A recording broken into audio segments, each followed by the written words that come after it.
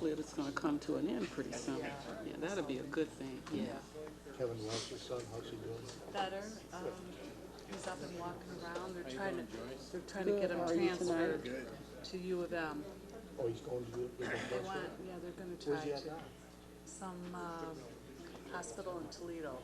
Is that where the accident happened? I don't know where it happened. He lives down in Tecumseh. So. Yeah, they would have drove him to Toledo. They don't have anything down. They've got that little tiny hospital that comes to one of those places that's not big enough to take care of someone. He's probably at Pro Medical, something like that. I'd like to call our meeting to order tonight. Would you please stand and join me in the Pledge of Allegiance?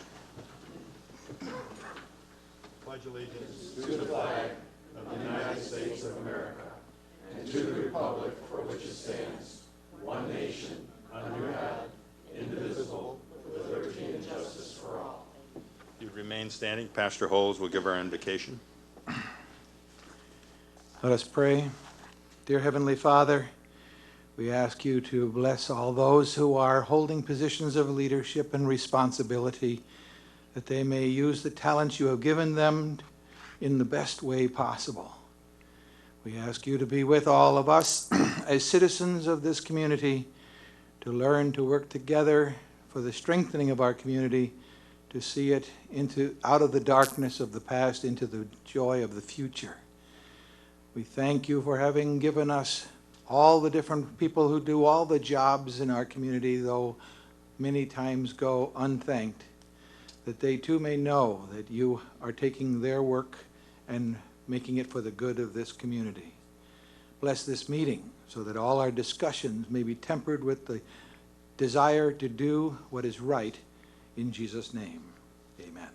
Amen. Thank you, Pastor.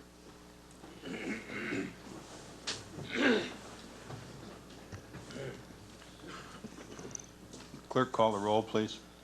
Councilman Gavarrecki. Present. Councilman Templin. Present. Councilman Cisco. Present. Councilman Hayes. Yes. Councilman DeGiulio. Here. Councilman Keenan. Present. And Treasurer Armstrong. Present. And Mayor Mategas. Present. We have a quorum, sir. Thank you. And asking for a motion on correction and approval of the agenda, I would like to add one item. The city administrator came this afternoon and said that we've had a couple things develop in the building department in regard to code enforcement, and we have Mr. Boomer here tonight. And so I'd like to add him to make a presentation, and also he will take questions after his presentation from the audience and from the council. So if I could add that to the agenda, then I would take a motion for its approval. Motion. Motion by Mr. Keenan. Support. Supported by Mr. Hayes. Any discussion? Yes, where are you putting that? I'm going to put him right after the citizens' comment on agenda items, Okay, thank you. and I'll ask for the vote. All in favor signify by aye. Aye. Opposed, same sign. That's carried. Ask for a motion to approve the minutes for the regular meeting of March 25. So moved. Moved by Mr. Hayes. Support. Support. Supported by Councilman Templin. Is there any discussion? Ask for the vote. All in favor signify by aye. Aye. Opposed, same sign. That is carried. Approval of the minutes for the meeting of April 8th. So moved. Supported. Mr. Hayes has moved. Councilman Hayes has moved. Councilman DeGiulio has supported. Is there any discussion? Hearing none, I'll ask for the vote. All in favor signify by aye. Aye. Opposed, same sign. That is carried. Thank you. Approval of the minutes for the special meeting of April 14th. Motion. Motion by Councilman Templin, supported by Councilman Cisco. Any discussion? Hearing none, I'll ask for the approval. All in favor signify by aye. Aye. Opposed, same sign. If everyone will be patient for a moment, I am going to go through the rules of decorum as I've been requested. An individual may speak on an issue after the individual has been recognized by the chairperson. Comments from the floor shall be made at the podium at the front of the council table or at such other areas as designated by the chairperson. Prior to an individual speaking from the floor, the individual shall identify themselves and state their address for the record. All comments shall be directed only to the chairperson. Speakers are not to address other members of the council or members of the audience. Each member of the public may speak for up to 3 minutes on agenda items, and at the end of the program may speak to 4 minutes, up to 4 minutes on any items that they wish to discuss. All written statements should be given to the city clerk prior to the meeting so that copies may be made available to the members of the public body. No individual shall be allowed to make any defamatory attack or invasion of another individual's personal life. There shall be no questions, comments, discussions, or attacks regarding anybody's personal life. The chairperson shall immediately rule out of order any person who begins to bring up such issues. If a person making the comments is allowed to continue, the person who is being challenged or whom the comments are made against shall be entitled to make an immediate rebuttal statement. For purposes of these rules, as they relate to elected officials or city officials, the term personal life shall refer to anything other than that which is said or done in the person's official capacity as an elected official or in the person's official city capacity. Members of the public body may question the speakers, but members of the public body are not obligated to answer any questions or make any statements on the issues raised or discussed by the speakers. Issues may be referred to the appropriate body, department, or individual for investigation and review. No person or group shall be allowed to disrupt the meetings or proceedings.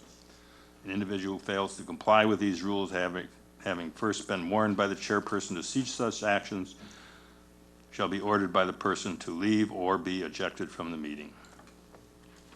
So with that, we're going to go to citizens' comments, and remember, this is the 3 minutes, and it is on the items that are on our agenda tonight.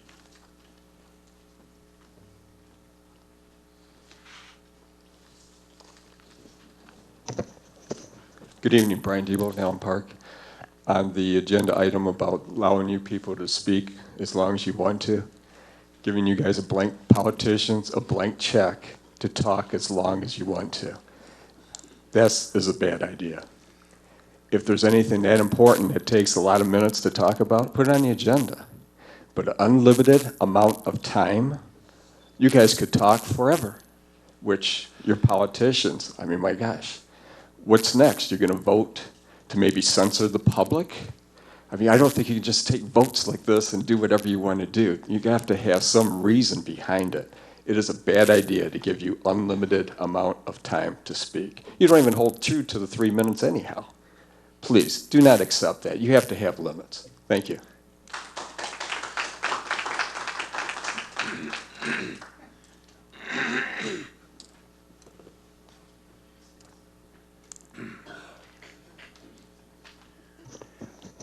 Good evening, City Council, Mayor Ray McGusson, Quant.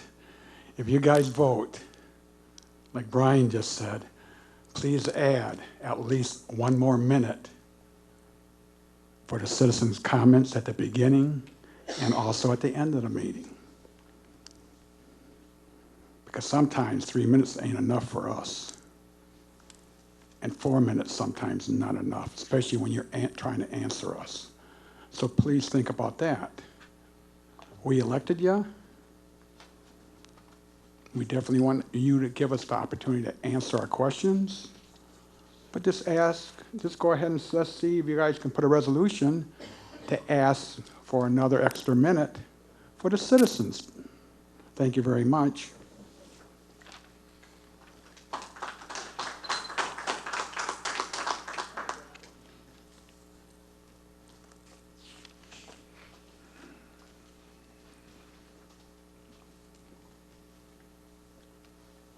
Walter Danik, Bel Air Avenue, citizen of Allen Park.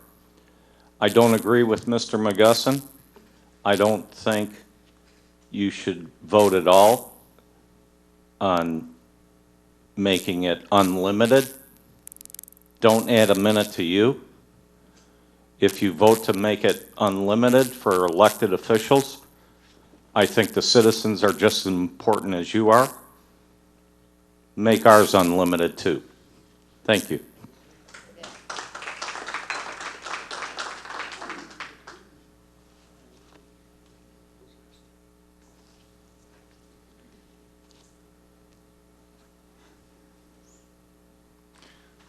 I see no one else coming forward at this time, so I will ask Mr. Boomer, the head of our building department, to come forward and make his presentation. Mr. Boomer.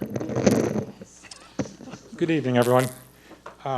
Like the mayor said, I was approached very late this afternoon, so I apologize. I don't have anything in writing. I can actually put this in a synopsis if you want tomorrow and forward it on. I just started writing down some notes. I'll shoot from the hip and we'll go from there. I was asked to provide a status on some of our ordinance enforcement issues. We started talking this afternoon because unfortunately we did have to condemn a property this afternoon on Buckingham Street. Unfortunately, there was a very sad situation. They've taken the resident to the hospital. It's a hoarding type situation, and the property on the inside is in terrible condition. Typically, we get maybe one of those a year. Is probably a good synopsis for maybe one house a year that we actually have to condemn, where they have to clean it up, and then we go back inside, give them the okay before it can be inhabited again. So that's kind of how it started today. Unfortunately, we did have to do that at one property on Buckingham Avenue. With that being said, we have, you're aware, more and more vacant properties. We do have the vacant property registration. We're constantly monitoring those properties as much as we can with our staffing levels.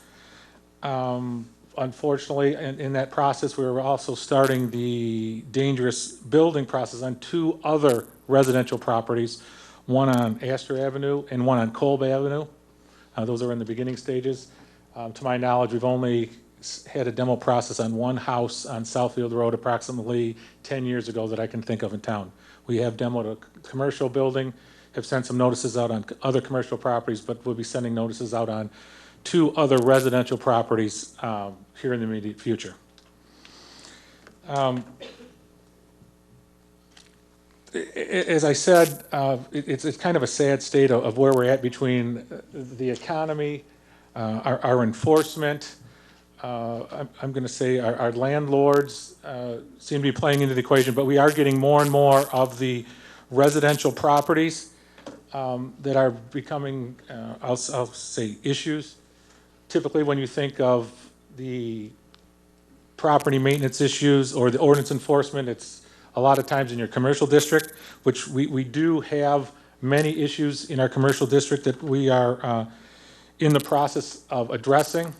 As you know, we've talked about this for a couple of months. The building department, the police department, the emergency manager, Ms. Folks, we are developing a comprehensive plan for the commercial areas. We're trying to get away from just spot enforcement, as you will. It's very hard to go out and address one property when you can look across the street and another property has similar issues and the next property has issues as well.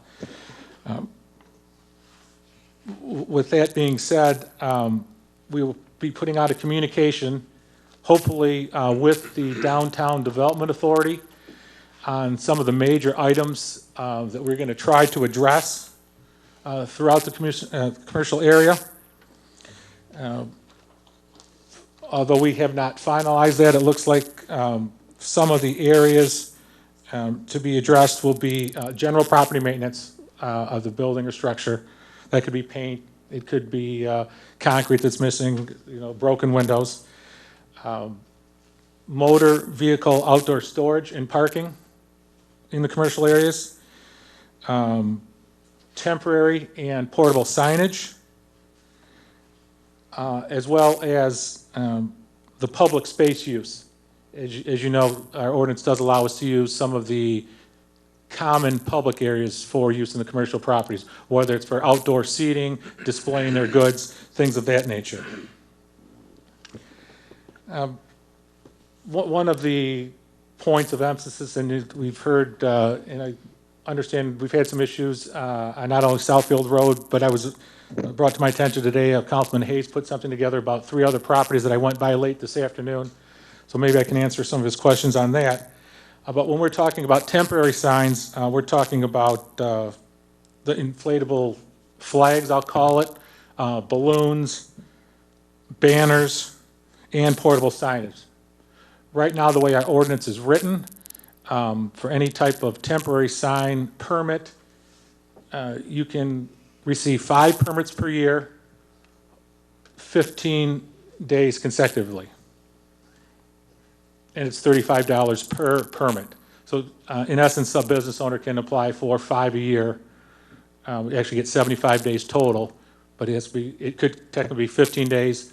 1 day takes the sign down, then run it 15 more days, take the sign down. You can do that 5 times. That's the way that our ordinance is currently written. Obviously, we have not been as diligent as we'd like to in this regard. Our customer service may not be up to the standards that we would like to be, but quite frankly, our staffing levels do not currently allow us to go out all day, every day, walking the commercial and residential properties with ordinance officers. I wish we had that manpower. We do not. The city of Dearborn, they have in the past run 16 to 18 guys. They each have a beat. But each day they walk that beat with a ticket book talking about ordinance issues. To me, that may be the other end of the spectrum, but it's certainly something that we need to address. We are in the process of addressing, and hopefully, before any type of letter or document goes out to the general public, I will shoot it for your review. Like I said, we are working hopefully with the DDA on that as well, so hopefully they will put their name to that, so we can try to bring our commercial areas into some form of compliance. Approximately 7 years ago, I tried something similar where I actually walked all the properties on Ecorse Road. Hopefully we can do something similar, but like I said, that does take a lot of time and effort, a lot of communications, dealing with the business owners, and typically dealing with irate business owners, but that's just the nature of the beast. But I think it is going to take some type of similar effort that we physically walk every commercial property in town to try to bring the town into more compliance. Obviously, we have some blight issues that we're going to try to work through, but it is going to be a concerted effort that will take all of the efforts of the building department. I say the police department just because the current ordinance officer does report to the police department. Some of their officers do also write tickets for property maintenance violations. So we're still trying to figure out exactly how much is going to weigh on the building department versus the police department. Like I touched on originally, I do not believe we can do it with the current staffing levels. Hopefully, we can find 1 or 2 avenues of funding another position, whether it's part-time, full-time, building department, police department. I really don't care as long as we can get some more enforcement. And I think that is everyone's goal.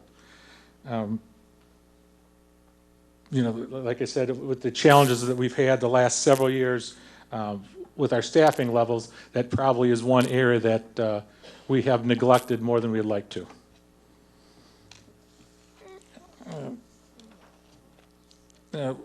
Hopefully, when that letter comes out, the mayor and council will support our efforts.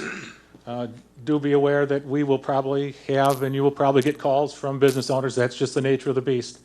But I think if we come out with a concerted plan, a document, and like I said, a plan for implementation, that hopefully we can work through some of our issues and bring the town into more compliance. Obviously, the last 5-6 years, the increase in blight is quite apparent. I see it every day when I drive home. I see it when I drive in the morning, and I'm sure everyone up at the table sees it as well. With that being said, that's just a general overview where we're at. If you have any specific questions, I'll take them at this time and answer them to the best of my knowledge. We're going to first take the questions from the council, and then we will take questions from our citizens, all right? So if the council has questions, may I? Councilman Templin? We're going to consider that somehow that because we don't have manpower, and it's hard to get manpower, that we advise citizens on. I mean, that would be our best eyes and ears would be. Well, we get calls. We get calls all the time. Like I said, as much as possible, it's hard for selective enforcement. You know, in my eyes, It's hard for me to tell one property owner that he can't do something, and if you know that somebody down the street is doing the same thing. Typically, in the residential areas, the neighbors will call. And we have been more diligent in the residential areas than we have been in the commercial areas. But that really has been our focus. Just as long as we have an avenue for Yeah. citizens and maybe a way of tracking that. Yeah, and we get calls, obviously, that's how we get a lot of our vacant properties or our rental properties. It's typically the neighbor or somebody across the street that will call us and makes aware of any issues. Mr. Mayor, I just wanted to comment related to Councilman Templin's question about enforcement. One of the things that a number of communities do and what we plan to do with the building department as well as the police department is to look at two areas of enforcement. One is complaint driven. In most cases, if someone calls in a complaint, part of the city's responsibility is to follow through to determine whether it's a legitimate complaint or not. The other is more of a systematic process where you actually survey all of the properties in the city within a time frame.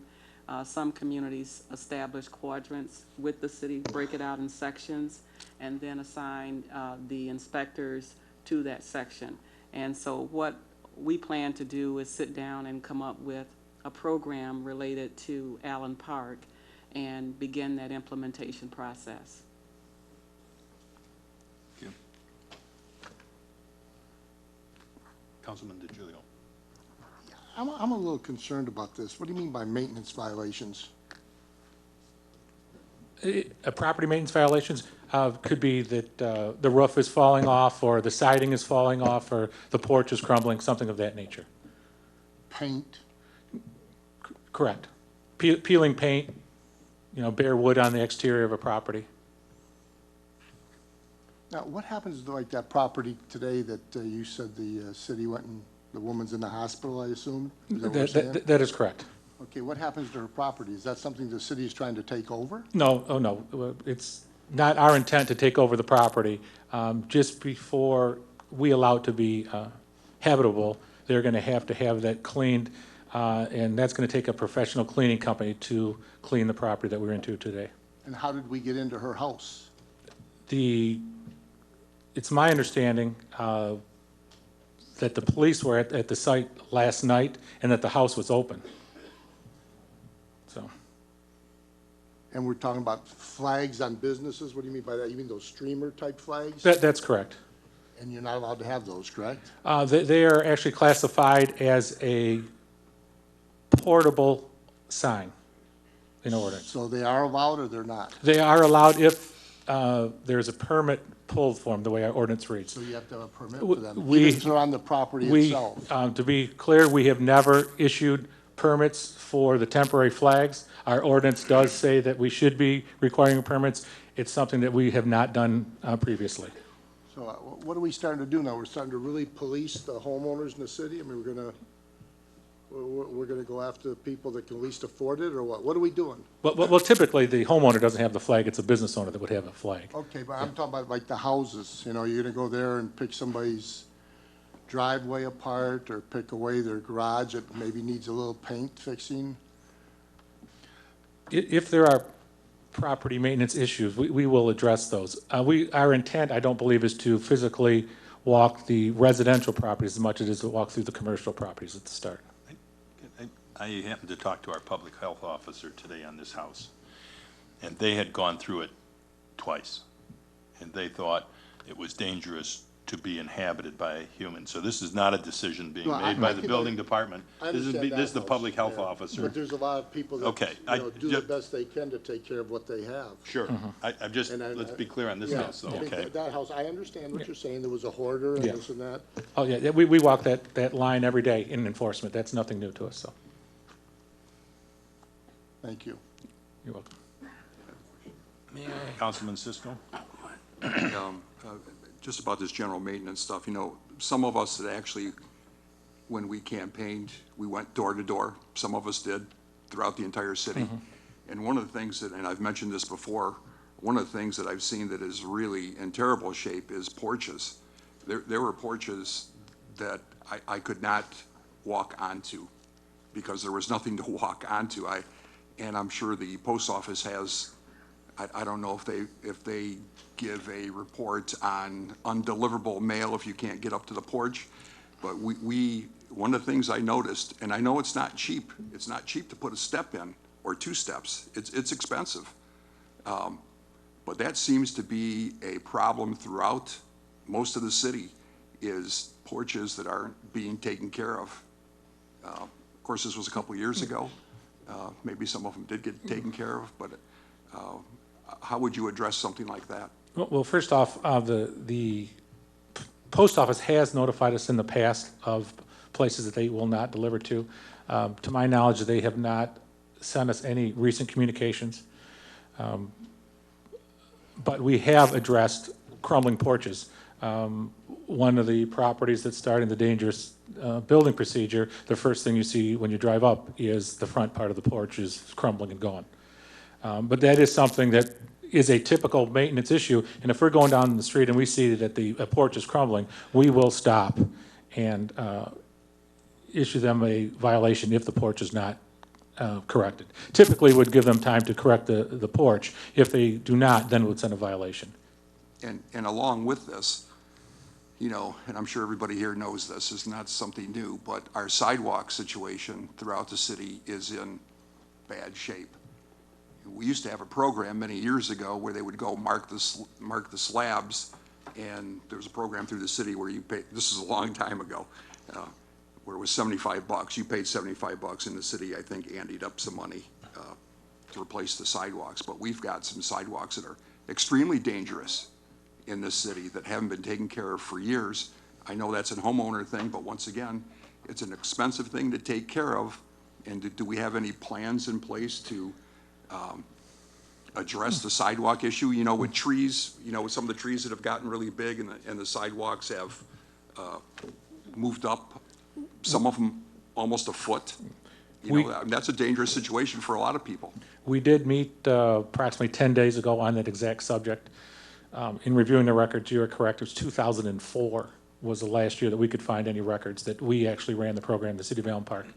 Like I said, we did meet about 10 days ago, and we were trying to see how we can finance a program of that nature so we can continue that, or restart the program. Yeah, and that just makes the city look better overall, being able to walk the streets without tripping. Yeah, we used to we divided the town in three categories. The inspectors would do 1/3 of the city each year. The city would entertain a price from a cement contractor. The homeowner had the option of using the city contractor at that price, or they could go out and contract on their own the work if in fact they were cited as needing repair. So would you say it was a fair statement to say that we've neglected our streets, our regular sidewalks for 10 years, since 2004? I care not to answer that question. Councilman Hayes. With regard to that last point, and then I have a few other questions. It seems to me that if you develop some specifications, like the sidewalk can be no more than X 1.5 inches, and hired the cement contractor that you're gonna contract and have him do the inspections, it wouldn't cost you any labor or any time or anything else, provided they adhere to the criteria you come up with. That doesn't cost manpower. The citizen pays for the thing. I had to pay for a few slabs years ago, and I was happy to do so. Now, the question I guess I have is that, and this is, I don't want you to take this personally because it's not meant that way, but government has a tendency to say we need more staff, we need more money, we need this, we need that. I frankly am puzzled by a lack of apparent systems or strategies that we shouldn't have to come up with a plan. There's certain things that we do as a matter of course.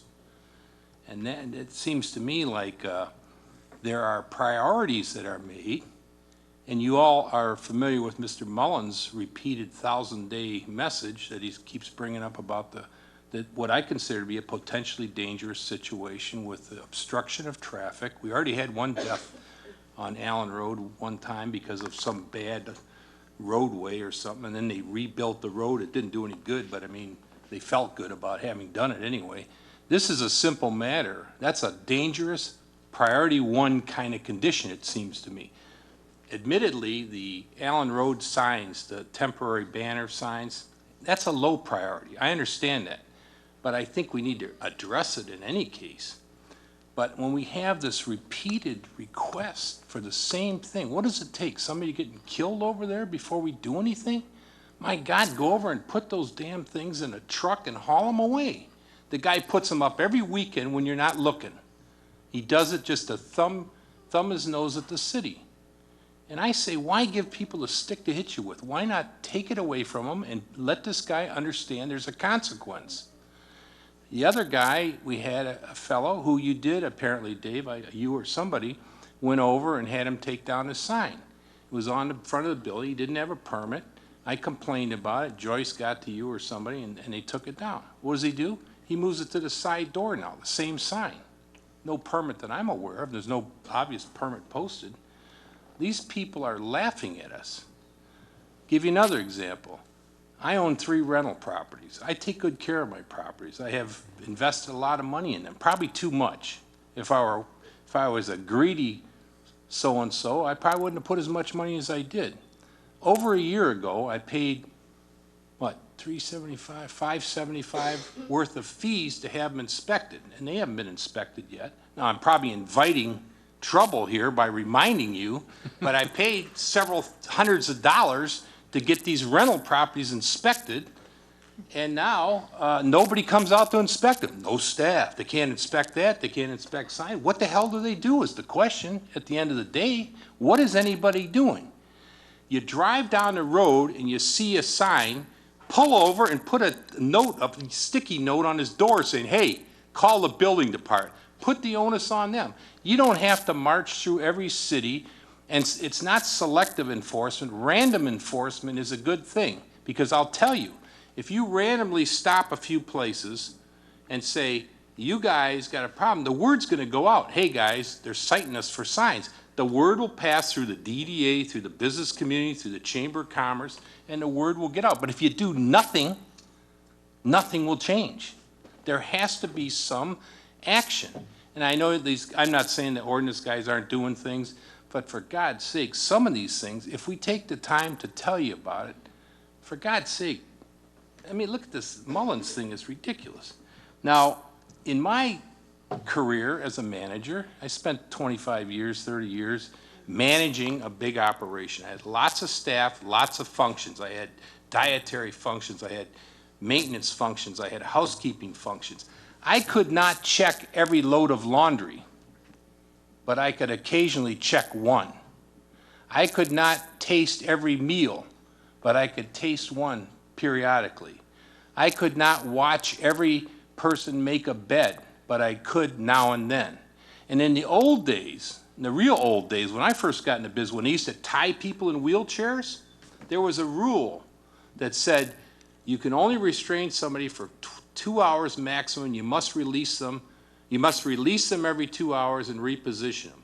What I used to do is go along and put a quarter in the little bow, where they tied it behind their back, and I'd mark my watch, and in 2 hours I'd come back and I'd say to the girl or the guy, when did you restrain Mrs. Brown here? And they'd say, oh, just about an hour ago. Oh, is that right? Okay. So I'd untie the bow and the quarter would fall on the floor. And suddenly they were aware that I was aware.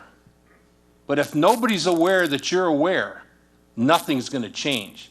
And I frankly get the sense that nobody's aware of what's going on, and that's what disturbs me most. And Harry raised the question, Mr. Cisco, Councilman Cisco raised the question years ago, or when we first got announced about this temporary signage thing, and I think these people are just laughing at us. It's a symbolic thing, but if we don't have control of our laws in this town, then we're lawless. We're the Wild West. People do whatever the heck they want. And I think we all have to resign ourselves. We're willing to help point out some of the issues, but we have to have somebody there prioritize danger first, repeat offenders seconds perhaps, and others later.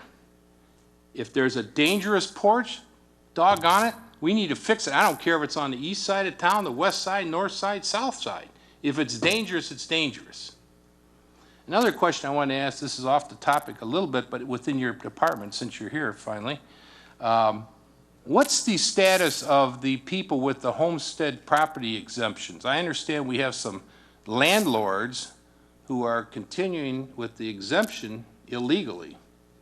And maybe Maureen knows, or maybe you know. We have some people here that own houses that don't live in them, that have moved out of town, that are renting those houses, but preserving the exemption, paying us less taxes than they should be. Now, I know on my 3 houses, the first thing I did when I bought them was disclaim the homestead exemption. I'm not like certain state representatives and certain other citizens of this town who choose not to do that. I did it the right way. I have one on my house, and thank God, it saves me a few dollars. But these other 3 houses, I had to pay the higher freight. Now, I think we ought to audit that, because I think we're losing a lot of revenue from people who are playing games with our system, some of whom you may know or may not know. I don't know who these people are, but I've heard tell that there's quite a few of them in this town. We know there's a lot of landlords in this town, and I don't know how good they are or bad they are, but we need to do an audit and find out, because that's a substantial, I think it's about 18% difference in the tax, isn't it, Mayor? Well, it's 18 mils. Mills, or yeah, whatever, so. Yeah. So it's, you know, some money that we could be realizing. So, I guess, Dave, what I'm asking is that, please, let us know how we can help, because we're here to help. We try to point out things, you may not like to hear it, but we're just trying to help out, and you know, I frankly, you know, this enforcement, you know, the rules seem to get enforced differently for different people. And that's a problem too, and you know what I'm talking about. And that's something that we've seen here and we continue to see. And I don't know who knows who in these businesses or in these homes or whatever, but if you happen to be related to somebody or maybe working here, you might get better treatment than others. And I just think we need to make sure we're not into that game, because using position or connections to get an advantage is not something I want to see happen in our city. Thank you for your time. Any other questions by council? Councilman Cisco? I have a point of information, just something that Mr. Hayes had talked about. That sign you're talking about on the building that got removed in the front, that sign was not moved to the back. That sign was already on the back when they removed the front of the sign. The front sign was removed, and there was a sign on the back that had gone up maybe a week or so before the front sign had got removed. So that sign has been there for a while. And I'm understanding, and maybe this is a point of rental information of how we inspect things. The way I understand it is that we have about 1,300 rental properties in the city of Allen Park. And how do we inspect all those rental properties? I mean, there's 1,300. If you divide it by 52, it's 25 a week. That's 5 a day. Tuesdays and Thursdays, we have one inspector, that's all he does is rentals. So maybe we should, you know, look into somehow dedicating some resources to our rental properties to make sure that they're in the proper order that they need to be, and maybe strengthen some of those rental ordinances or the codes that we have. There are some cities that are really tough on rentals. We're no slouch. If I can clarify a few of Councilman Hayes' points, we have constant communication with both the assessor and the treasurer on the homesteaded properties. And you are correct, that is how we actually get a lot of the non-owner occupied properties. So we are typically once a month or every 2 months, we will get a updated list on the homesteaded properties. But how do you know if that's accurate? Let's say I have a house and oh, go ahead. You know, we have, there's certain criteria that we look for. We look for mailing addresses if it's different than the property. The state of Michigan will only allow you to have one homestead, claim one homestead. So you get denials through the state of Michigan that passes on through the assessing department. What if you live in Ohio, though? You move down to Toledo and you're working out of Toledo, but you own a house here which you've rented out because your job is in Toledo. So now you keep claiming your homestead thing, or you move to Chicago, or you move to New York, or wherever you move. Your address doesn't pop up on any screen because you're out of state. Then we're hopeful that neighbors or, you know, the building department comes through. I mean, we cannot force people to rescind their homestead it is in place for them to file that document, but if they don't, we can only hope that the bill is going to a different mailing address, or a neighbor comes in and says, there's a rental property next to me, and I don't think it's, maybe they're looking on our site and seeing that's 100% homestead. Well, if somebody really wants to game the system, they can say, now listen, Mary, you're renting the place, and you're gonna get a tax bill every year. When you get it, just forward it to me and I'll take care of it. Meanwhile, she benefits from the lower tax. I don't wanna make it cause celebre out of it, but I'm just saying, this is happening in our town, and somehow we need to get a handle on it. If I want to get back to his 3 rentals before.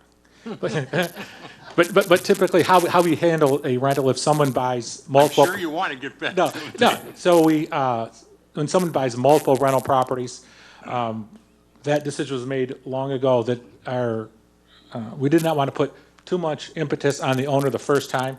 So we would not want to hit an owner if he's got 10 rental properties just buys, that he has to bring all 10 properties into compliance at the same time. So typically, if somebody has 3 properties, we would schedule one for the first year, one for the second, and one for the third. Like I said, that was a executive decision that was made when the program was started. I had all 3 of mine within months of buying them, so. Okay. That's when we must have had a super team on there somewhere. I don't know what the hell was going on. And just a comment about the homestead exemption. Obviously, at every closing, the seller is supposed to rescind their homestead exemption. And whoever the buyer is only to file a homestead exemption if they are going to reside in the house. If they're filing that homestead exemption and they're not living there, then they've committed fraud, and we can seek a change. But remember, the homestead exemption monies only go to the school district, and if the school districts are being cheated, then it's costing us all money as taxpayers, because we all pay taxes to the school district too. The bigger problem in the city right now is the foreclosures, because the legislature and the governor passed an act, I think 18 months ago, Maureen? In order to keep a homestead exemption so the property would appear more saleable to the people and they wouldn't have a higher tax bill, if you foreclose the property as a mortgage company, you needn't file a rescission of the homestead exemption. And you needn't tell the treasurer that you're the owner.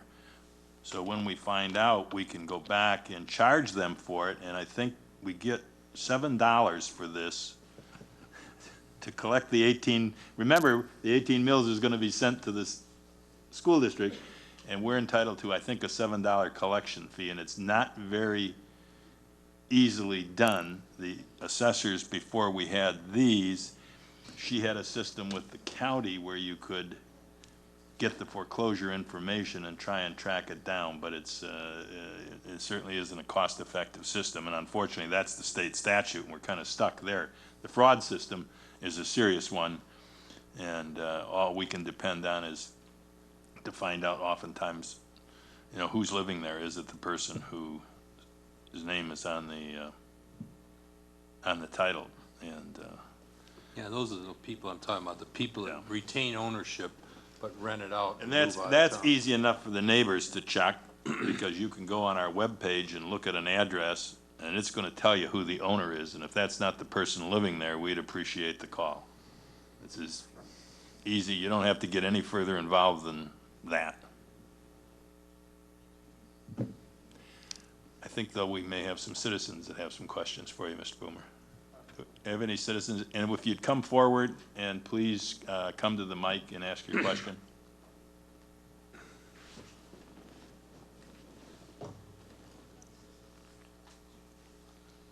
Age before beauty.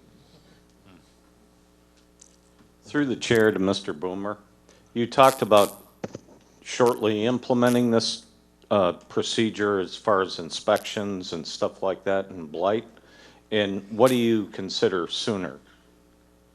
Any type of time frame? I would hope 6 to 8 weeks at the latest. And you are going to use who to do these inspections? People currently in the building department, or the ordinance officer, the police department? That is yet to be determined, but it would be just about impossible to do with the current staffing we have. What kind of staffing is there right now in the building department? In the building department, there's a building inspector, myself, and one full-time clerical position, and 2 contracted, the mechanical inspector and the plumbing inspector. Thank you. Good evening. Good evening. Al Wojcinski. Have you seen the house on Southfield and Lawrence? The one just down the street from Krispy Kreme? That one, they put the wood up and then they stole the siding on? There's a couple houses down on Southfield there in those blocks that we have had property maintenance issues with. I'm not sure the exact one you're talking about. There is one on the corner that we've had more issues than some of the others. This is the one that is south of Krispy Kreme. They just stole, the siding was on Friday and it was gone Saturday. That's why I'm asking. Okay, not aware of that.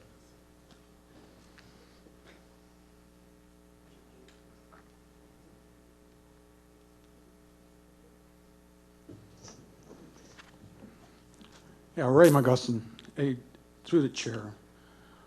Dave, what about the building, or whoever wants to answer this, what about the building that's next to Thunderbolt?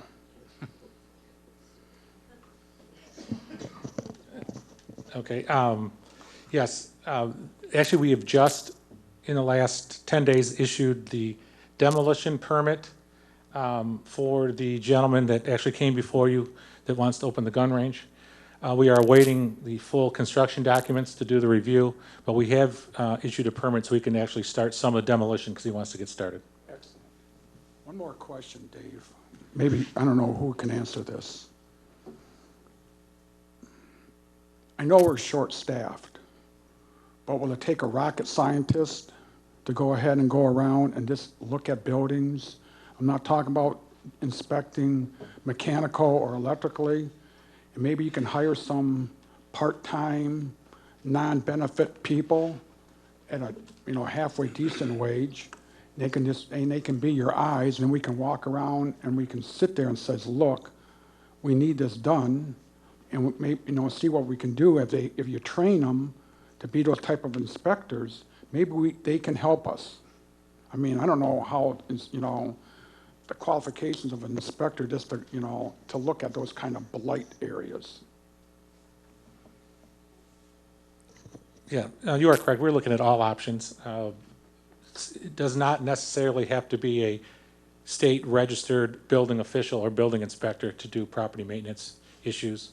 But we are looking at all options on part-time, full-time, which department. So that is yet to be determined. Volunteers. I'm already volunteering. Thank you very much.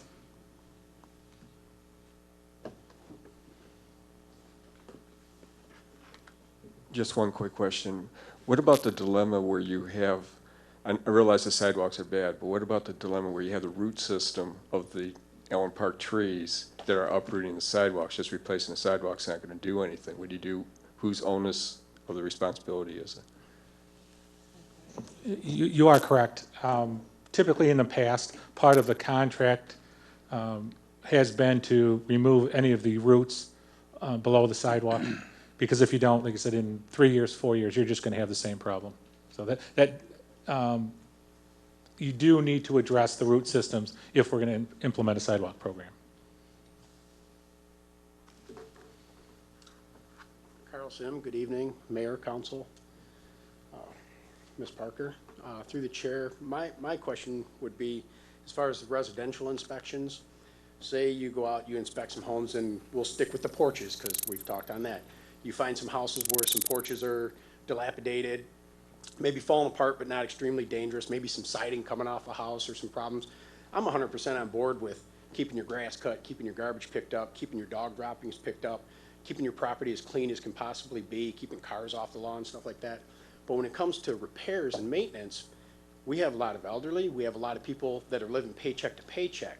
And we said you said if this can't be done in X amount of time, that they would be in violation. I'm assuming that violation would end with a monetary fine or something else done. That's going to be a very bitter pill for people to swallow when it comes from a city that can't take care of its parks, can't keep its own grass cut, can't fix its own roads right now, and it's not a slam towards the city. They're in dire straits financially too. We all need help.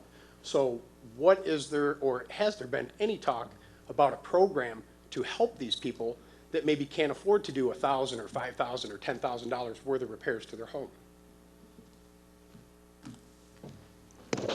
Now, he brings up several good points. The intention is not to have, hopefully not to have the homeowners have to put $10,000 or even $5,000 into their properties. Most of the property maintenance issues, if they are addressed early enough, are much smaller issues than that. But that is the tightrope that we walk every day on any type of inspection, especially with the times as hard as they are for everyone, whether you're a homeowner, contractor, business owner. Every time we write some type of violation, we hear, I can't afford it. So we are very cognizant of that fact.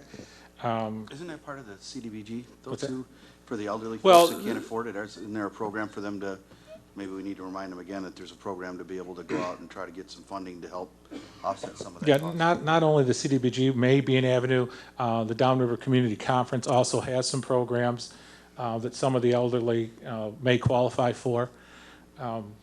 Typically, if we get in a situation where we see that there's a real monetary impact on an elderly, we will try to help them in one way, shape, or form. We've even had some of the Knights of Columbus or the Elks Club have done some repairs on some of the elderly houses. We've had a couple instances like that as well. So, you know, our goal is not to force elderly people out of their house to bring the property into compliance. It is for everyone's benefit if our properties have some level of consideration. Sorry. No, I'm okay. Marcy DiGiulio, Galka, and can I ask Mr. Boomer? Just come forward for your voice to carry on to Oh, them. that's the first time I ever heard I was quiet. Dave, when I was on council, and I know that was many, many moons ago, each department head had a quadrant of the city, and they were responsible for reporting those things. And I know this because I was with the city administrator, Kevin Welsh, and he stopped. There was some garbage in the street, and I said, what are you doing? He said, oh, this is my quadrant. I have to keep this clean, and every department head has to do that. And while we were in the car, he'd say, hey, write that address down, you know, and what was wrong with it. So that is another option, and it's not like we didn't do that before. So somewhere it got quit. You are correct. That program lasted about 6 weeks. No, That- that that's- was it's- the whole time I was on council. Every time I got in the car with Kevin Welsh, he was there.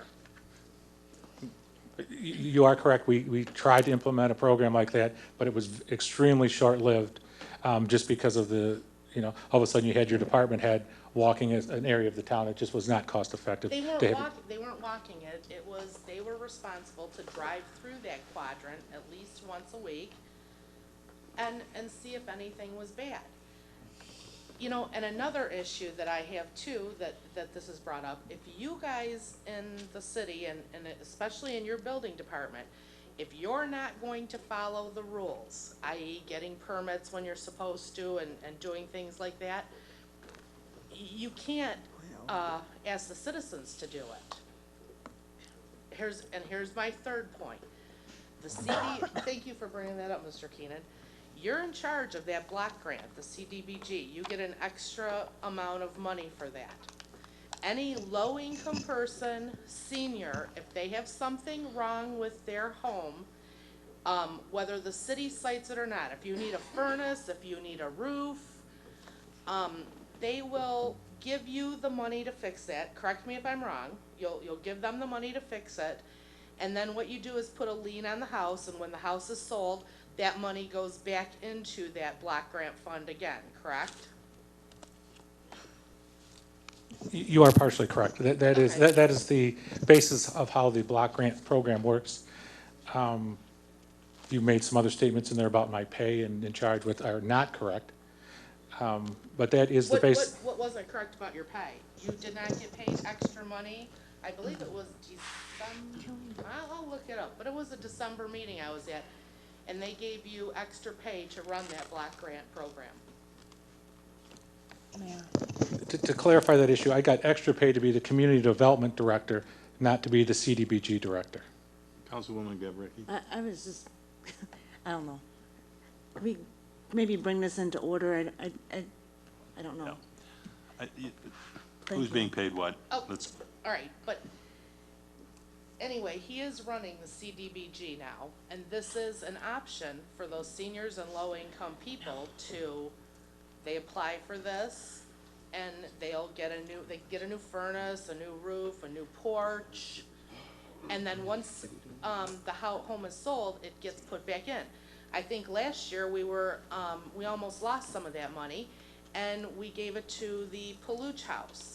Now, when we gave it to the Paluch House, since that's never gonna be sold, that never goes back into the fund again, correct? that does, but I think Mark Kibbe is handling the block grants. I don't think, Dave doesn't do that. Dave I don't doesn't think, do that. Not handling the block Mr. grant? Boomer, no, he hasn't. And before Mr. Kibbe, I think was Allison Klein. So, as far as this council and mayor, I don't think Mr. Boomer's ever been our block grant director, okay? No, it was the last council. Well, I was I'm at just that saying, meeting. Okay. for us, that's never been the issue. It was, the last council Okay, gave but him the let's- job, and I understand, and then we hire somebody else to do it, but that's not the point. The point is that these are available, and if you knock on somebody's door and tell them they need to get a new porch, and they're a senior citizen or, a mother with children, that they gotta decide, am I gonna buy medicine or feed my kids or fix my porch, you should be telling them about that block grant money that's available. Mr. Chairman, just a point of order. I think, who did Allison Klein report to? She did report to me for a short time, then to Mr. Zeck. And then to you again as administrator, or Kibbe or whoever came next. So ultimately, it fell under your rubric whether you were directly in charge of it or not. I mean, and that's the point, I think. I don't see. Well, I think the point was here too, though, okay? We get this money, this, CDBG money, which is block grant money. We're allowed to take 10% off the top of it for salaries. The last council, I know they gave Mr. Boomer a raise for, that was one of the duties, was running it. And then a few meetings later, we hire somebody because we have administrative money. There's not two administrative monies. And that's when Allison was hired. I was at this meeting. This is just, please, these were questions of Mr. Boomer dealing with code and ordinance enforcement. I appreciate the remarks about the block grant, but let's just move forward. If you have other questions for him, please. Well, I guess, I do not want this to be a selective. It needs to be fair across the board, and that's all I'm saying is. Okay, you said that. If we don't have our house clean, we can't ask somebody else to clean their house. But I just wanna make sure that all of these people know that are going to be getting citations, that there is an avenue for them to get money. Okay? Can you at least make a resolution that for every one of these, a letter goes out letting that person know that this money is available for them? Because people don't know, and not everybody's watching these council meetings. Is that okay? Would you have a letter You go made out? a statement. I'm asking you a question, Mayor. I'm not the one being questioned here. Oh, okay. Can you do that, Dave?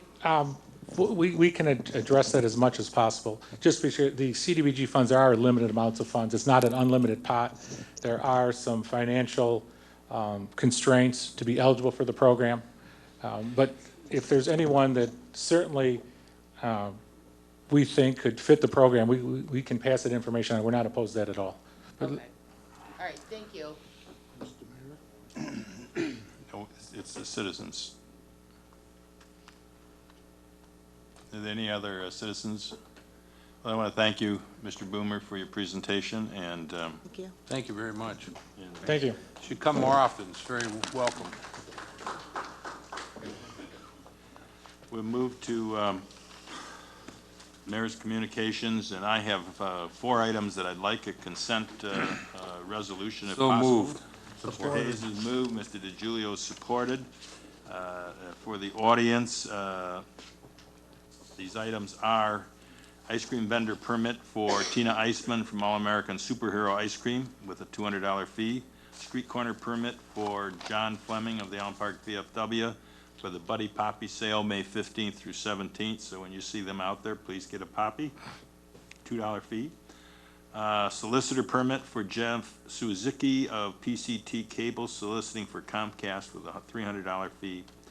And then a curbside pickup permit for the Fab 5 hauling and, it looks like it says scraping, but I think he must mean scrapping, but I think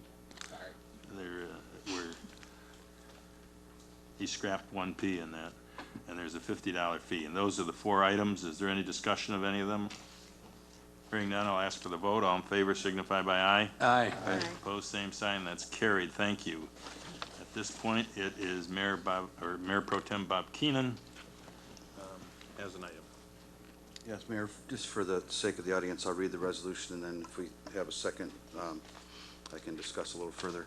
Whereas the previous council placed a 3-minute time limit on comments from elected officials in the rules of decorum, and whereas elected officials are being asked to answer citizens' questions during their closing comments, whereas the mayor, as the chair of the meeting, may rule a council member out of order if the member were to stray off topic, be it resolved that the time limit on comments for elected officials be removed from the rules of decorum and all city council agendas from this point forward. That's my motion. Support for purpose of discussion. Mr. Keenan has moved a resolution. It's been supported by Mr. DeGiulio. Do you wish to speak to the issue, Mr. Keenan? I do. Let me just be clear on what the intent is here. First of all, this is not an unlimited time frame for council comments. The mayor, as the chair of the meeting, certainly has the right to rule anybody out of order, as I stated in the motion. If they get off topic, you know, characteristically, we're allotted a certain amount of time for some closing comments. The idea was to be able to answer citizens' questions. And I don't mean it to sound disrespectful, but the mayor, and for reasons that he has, he's the chair of the meeting. We've had citizens come up to the podium and ask questions, and I know that I've asked to be recognized to answer those questions, and he has preferred that I wait till my closing comments to do that. And I think that's certainly within his right. But we don't have this, I've gotten some emails today of this fictional time that we have where we can discuss things. So my idea is to be able to write the questions down when you folks come to the microphone, and then be able to answer some of those questions if we have the answers in our closing comments. Currently, under the process we have now is the residents have 3 minutes at the beginning of the meeting for agenda comments and 4 minutes at the end, a total of 7 minutes. The council has 3 minutes total. So the residents have the opportunity to speak for 4 minutes longer than the council members do, which I don't have a problem with. But I think the idea is to answer questions and not just sit up here and pontificate or do things like that. I'm really indifferent. It was just an avenue, since we've had a citizen that's come up several times asking to have a old business type thing on there, and it doesn't seem to be resonating with the agenda. I wanted this as an opportunity to be able to answer the questions. I've thought about this for a long time. I had the opportunity to watch the meeting that was taped when I was out of town, and one of the council members up here was in the middle of talking about something that he felt was important and was cut off mid-sentence. I mean, in the past, we used to let people finish their comment before but you know, he was cut off. So that's the idea behind it. Furthermore, when we got our new attorneys, I haven't talked to Mr. Cover, but Mr. Pentiak said he has several cities, several municipalities that they represent. And to his knowledge, we're the only one that has a time limit on council comments. It's a very rare thing, according to him. It's not something he's ever seen before other than here. And it was something, quite frankly, that was added in the previous council. And, you know, I think that, I don't want anybody to think for a minute that, for me, that it's just going to me, it's a respectful thing, not to just sit up here and pontificate like I am right now. But this was an intent, the intention was to be able to answer your questions. That's all I have. Councilman DiGiulio? I feel that we on council get a lot of opportunity to speak during the meeting. I don't think we should have an unlimited thing there going. Well, at least most of us get to speak during the meeting. And I truly believe that the residents of Allen Park should not have to endure more than 3 minutes of our rhetoric. I think that's plenty for them to endure. Thank you, Mayor. Any other council person wish to speak for the motion? I have a comment. Councilman, I'm sorry, I didn't, Councilman Cisco. You know, the time limit was put on during the Burtka administration. And for those of us that were in the audience at that time, that time limit was imposed in conjunction with taking time away from the citizens who came up here during citizens' comments. Because we got 4 minutes at the end, and because the tradition has been carried on since we left this part, they didn't want to hear what the citizens had to say. So they cut down from 4 to 3, and by cutting it down to 3, they then tied it into the council comments would be limited to 3 to make it more easier to digest at that point for everybody. So that was done to quiet the people. Wasn't done to quiet the council. It was kind of like one of those sleight of hand things. Here, we're going to do this, but we're going to do that instead. So that was done for that manner. And as far as I'm concerned, anything that last council did, I'd like to change. Mr. Mayor? Councilman Hayes? I'm actually rather agnostic about whether I'm for or against the proposal. I can see merits to it and I can see drawbacks. But I think to reference the rules of decorum and to cherry pick an item out of there when we don't use the rules, and I've been trying, as you well know, to get this matter on the agenda for a long time. For example, Mr. Keenan says in his resolution, as I remember, that the mayor may cut somebody off if they stray off topic. Well, there's nothing in the rules of decorum that allows that. And I guess what I have been trying painstakingly to do with my colleagues and yourself, Mr. Mayor, and anybody who would listen, is to point out that words have meanings. And you read them tonight, and once again it said personal invasions, disruptions. But if I wanted to talk about Maureen Armstrong or Mike Mizzy or Karen Folks in their official capacity, I can say pretty much whatever I want because the rules of decorum permit that. I can't attack them or invade their privacy outside of their official capacity, but words have meaning. And as lawyers, we know this. Words have meanings. And I've asked that my colleagues schedule a work session and hopefully input from the public to make these things manageable, reasonable, intelligible, functional, and something we can actually live with. Because right now, we are in violation about 80% of the time. Half the people get up, don't identify their address. It says their address. It doesn't say City of Allen Park. Their words are important. So if we're going to follow them literally, then let's do that. Or let's change them and make them something we can live with. The last council, Mr. Cisco mentioned, drafted these things up, and I'm told it was done in a knee-jerk response because somebody was picking on one of the councilmen who maybe had some problems in their life. That wasn't particularly private. It was a public matter, as I understand it, but it also was private because public and private tend to intersect a lot of times. So my point is, I think Bob has a point, but I think dialogue is always better than monologue.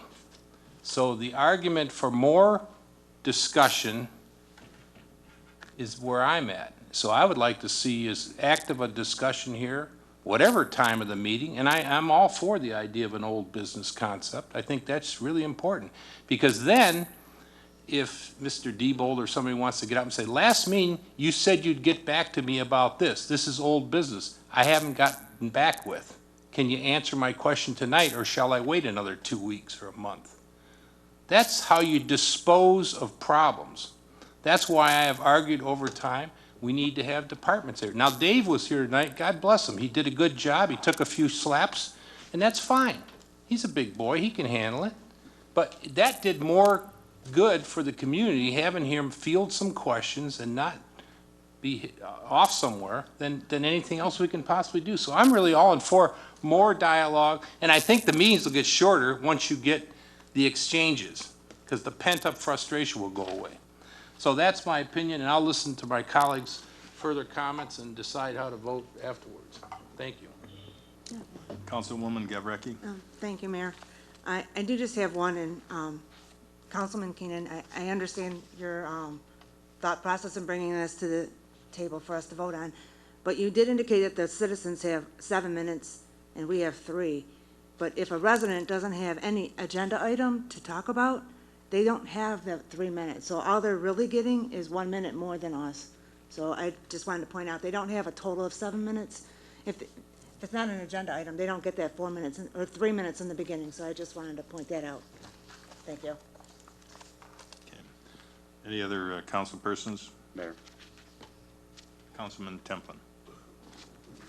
I see both sides of the issue. I'd be more comfortable if we could maybe give us a limit of some kind. I don't want to see unlimited where somebody can pull an all-nighter here, you know, if they start talking. If we could maybe we could come up with some type of a minute to how long we can talk, and as long as if it's city business that we're talking about and something that's important to everybody here in regards to the city, I can see where we could, you know, we have to extend it more than 3 minutes. It's not a lot of time. There is some stuff that gets discussed as we're talking about things, but nowadays our agenda is next to nothing anyways. That we don't have the opportunity to have any discussion on issues, and maybe a couple more minutes on our comments would help. I'd like to make a friendly amendment that we limit us to 5 minutes at the most.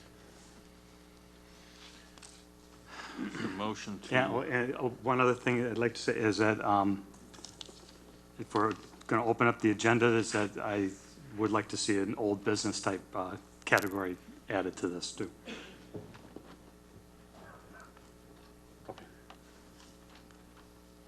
Motion to amend.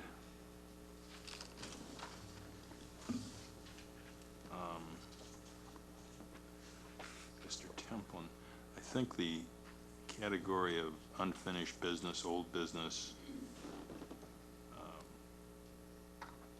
maybe should be a separate resolution. Did we want, does the council want to take that tonight, or do they want to have it referred to the administrative committee to look at, see what is meant? But the motion to amend this motion, because it deals with time, I think is appropriate. Do I have a second? Second. Mr. Cisco has seconded. The number of minutes is how many? That's 5 minutes. Total is 5 minutes, not 5 added to 3. No.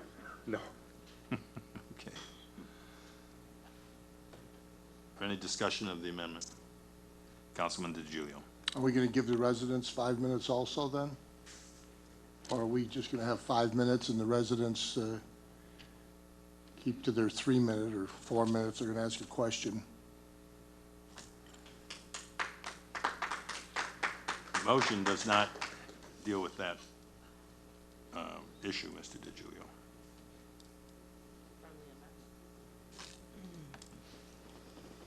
Could it be a friendly amendment?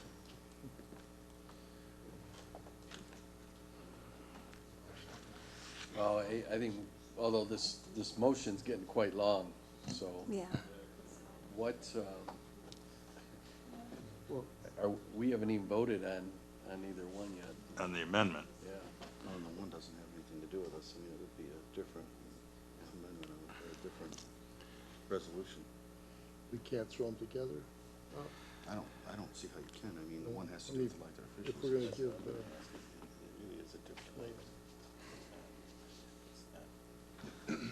Well, Mr. Mayor, Constraining we're just trying to get a ruling because unlike the state, which likes to put all kinds of things in their statutes, yeah. I think most councils are a little bit clearer in what they do and that we don't start compounding our motions with things that I wonder maybe are separate items. I wonder if this question would help us and maybe help Bob. I tend to agree that Bob, with some of the, Bob says we do get a lot of time to talk in the middle. And we can, and then Bob has, and I have, and others of us have responded. Say if Mr. Wojcinski gets up and says, through the chair, Mr. Hayes, would you answer? And I may answer, and that's not in my closing comments. It might take some of his time. But we do have more opportunity to talk during the meeting than just 3 minutes, clearly. I mean, I just talked for 7 minutes, probably to Dave Boomer. So we get a lot of time to talk. But I hear what he's saying about questions. He may have something he wants to report out about the community goings-on or something like that, but he'd also like to answer your questions.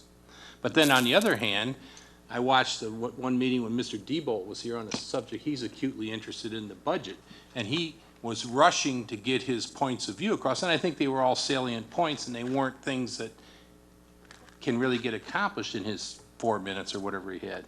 So I think there's got to be a little bit of flexibility. I think giving the citizens more time would be a compromise I could live with. As much time as we get in the comments section would be a fair resolution, I think.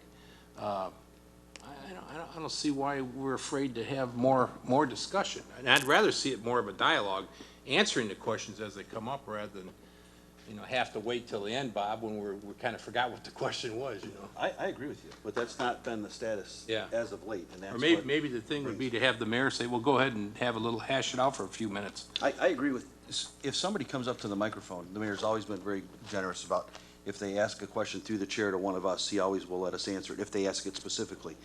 But most residents, as of late at least, have been coming up and asking a generic question, and we've had this deer in the headlights look up here. And that's what I'm trying to get away from, is the sense that they ask the questions and we don't get recognized to answer them. So I was trying to give us some time at the end to do that. For instance, the last meeting prior to this one that I was at happened to be the meeting that Mr. Reitz was leaving us. There was a couple questions I wanted to answer that were from the floor. I didn't have time in my time to wish him well in his endeavors. Because 3 minutes, as they know, they get 4 minutes to come up at the end of the meeting, goes by very quickly. And, if you want to take an opportunity to answer a couple of questions, you don't have time to talk about the things that you wanted to talk to in your closing comments. That section of the meeting is supposed to be for our closing comments, not to answer questions, but in the fact that we don't have it during the question and answer time, that's why I thought we'd have more time. Well, I wonder if we table this until another period where we could really hash it out. If there's no objection of the council, we can add the item at this point to the agenda without objection. But I think it should be, if we're discussing additional time for citizens, then it would seem to me that that would just be a separate resolution, and we determine where you want it to fall, whether you want it to be on the agenda items or whether you want it in the period at the end, questions and comments section. Because from my going to different council meetings, we're one of the few places that allow our citizens to comment at 2 different points. And I think it has some advantages of having the agenda items handled and then having some time where they can just ask questions or make comments about things that haven't been on the agenda that night. So I think that works pretty well to give them both those times. But I think we ought to deal with this one and then without objection. I don't have a problem if somebody wants to make a motion somewhere about citizens' questions and comments and take that on. Is that a way to resolve our issues? Well, I don't see anybody objecting, so I'm going to ask for the vote. I got an amendment to 5 minutes on Templin and Cisco, and I'll ask for the vote. All in favor signify by aye. no. No. Opposed, same sign. No. No. I better Then we're have gonna do a a roll roll call, please.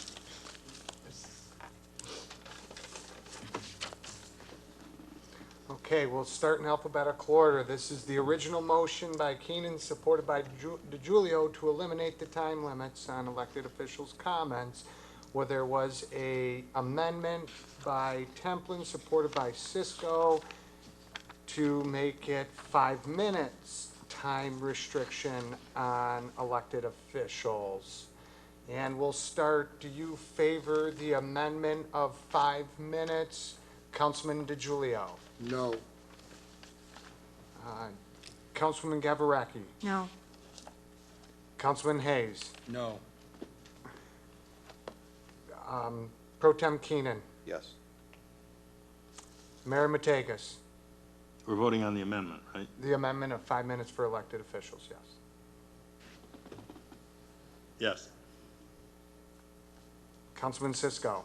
Yes. Councilman Templin. Yes. Okay, so the yeses have it. Does that, my question is, does that completely negate the original motion then? Yes. Cause, yeah, okay.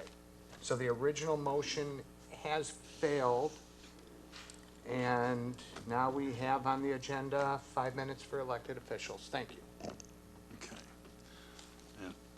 And it's his motion read, it's limited to 5 minutes, but it was from here going forward, so it would apply to this evening, I think. Is that a fair statement of what you were saying? Okay, now a motion for citizens' question and comments. Do we have a motion to change the amount of time that those citizens might speak? Yes, motion. And you want how much time, Mr. DeJulio? I want citizens to have the same amount of time we have. 5 minutes? 5 minutes. Okay. Yes, sir. Do I have a second? I'll second that. Mr. Hayes, is there any discussion? Just to clarify, is that there, on which portion? It's the citizens' questions and comments at the Yeah, end. at the end. Yeah. And would that be immediate effect? I think so. Sure. Okay.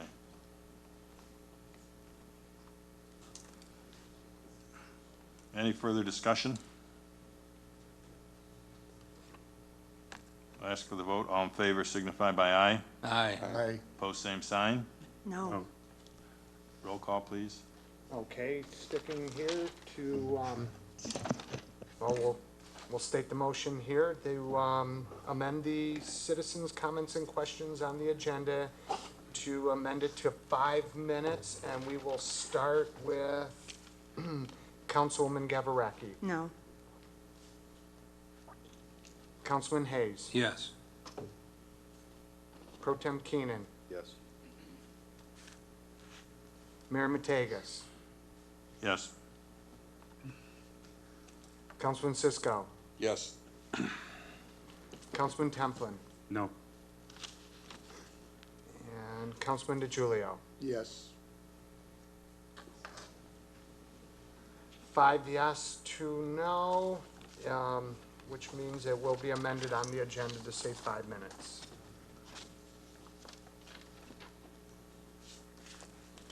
Also to start tonight? Yes. Okay, thank you. And that's where we are. Questions and comments, and you now have an extra minute. Use it well.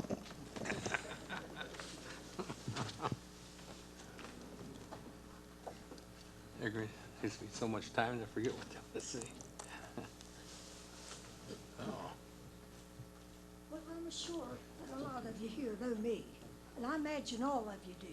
Could you, You've heard this. excuse me, could you pull the microphone down so, I don't wanna hear it. well, you're being videoed and we'd like to have you recorded as to what you're saying, and if you would tell us your name and. My lawyer wasn't able to come tonight, so I've got the evidence that he told me to get.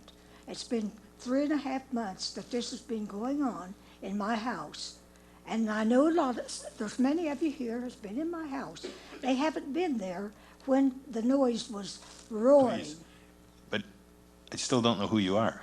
I'm Irma Beach. I'm I've lived sorry. here 49 years. Okay, Miss Beach, And thank when we you. moved here, this was a wonderful city.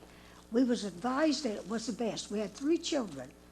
And due to the good school system and everything, it was a wonderful city. But now, over the years, I've been hearing terrible things about the city. I don't want to say that, but I have been. It's mostly older people. The younger generation haven't been here that long, so they don't know. All the things have changed. Anyhow, this noise has been going on in my house, and my next door neighbor, he tore down his garage and built a barn, I call it. And one thing, it's only about 1 foot from my fence. And I was told when we moved here, there was supposed to be, and the garage was supposed to be 3 feet. It doesn't matter to me, but the thing of it is, before he moved in the house, there was them wooden type of fence in the back. And there was one on the other side of his house. There's nothing along mine. He doesn't have enough space to put one. That is another fence. Well, he told me, he asked the people in the back to tear it down. They wouldn't do it, but he didn't tell me why. Until he asked the guy on the other side, and he wouldn't, so he put another privacy fence on the inside. I don't have anything on my side, but the barn's right next to my 2 bedrooms. I haven't been able to sleep in my beds for about 3 months. First of all, I had my house over and over searched to make sure my refrigerator was okay. I have a sump pump. They've checked that more than once, and there's people here right now, men, that's been in my house and knows this. They've never been there when it was roaring, and there's a low motor that never stops. I can hear it. I've been to audiologists twice. I've been to an audiologist, and my primary there's nothing. They've been trying to prove that it's me because of my age. That old woman has tinnitus or whatever.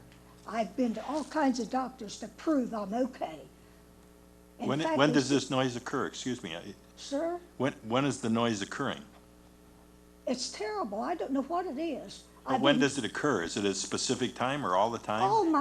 There's a motor that never stops, but nobody can hear it but me. I've asked them, why can I hear so good?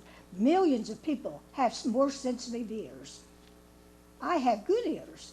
The only thing they said, if I got a hearing aid, it would make the noises more, I call my ears dog ears, because I can hear things outside even, but I can't distinguish exactly what it is. Mr. Chairman, maybe the nice lady would show us what she has in her bag, and that would help us.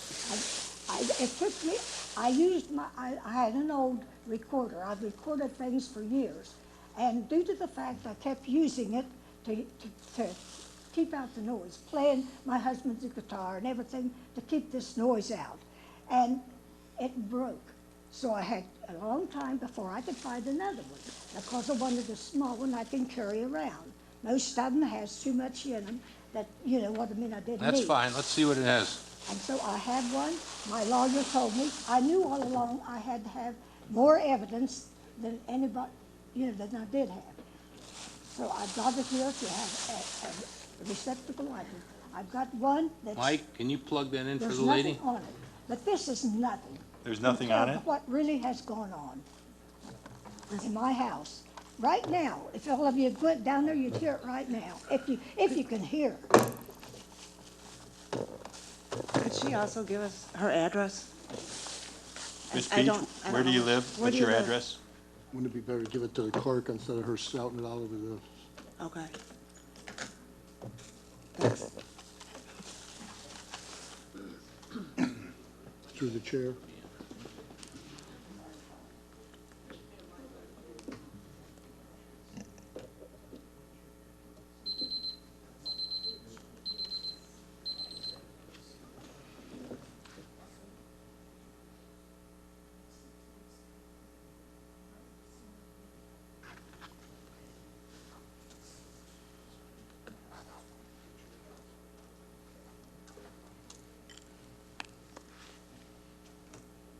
That's the silent one.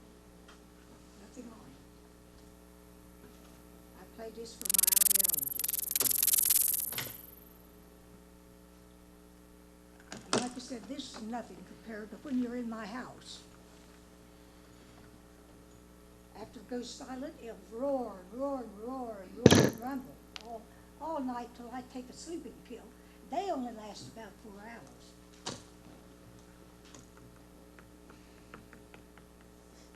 Can you hear it?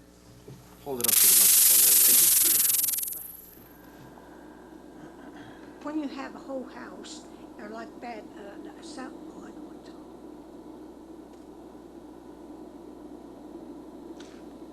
This is nothing to,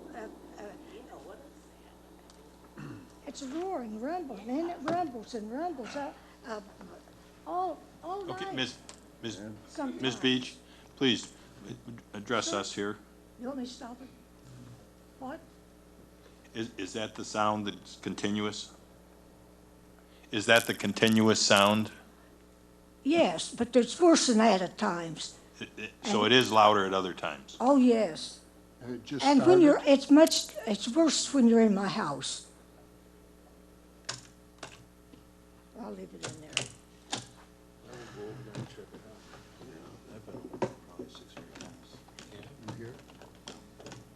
And I've been headed for a nervous breakdown. I've been to all kinds of doctors trying to get this out of my house.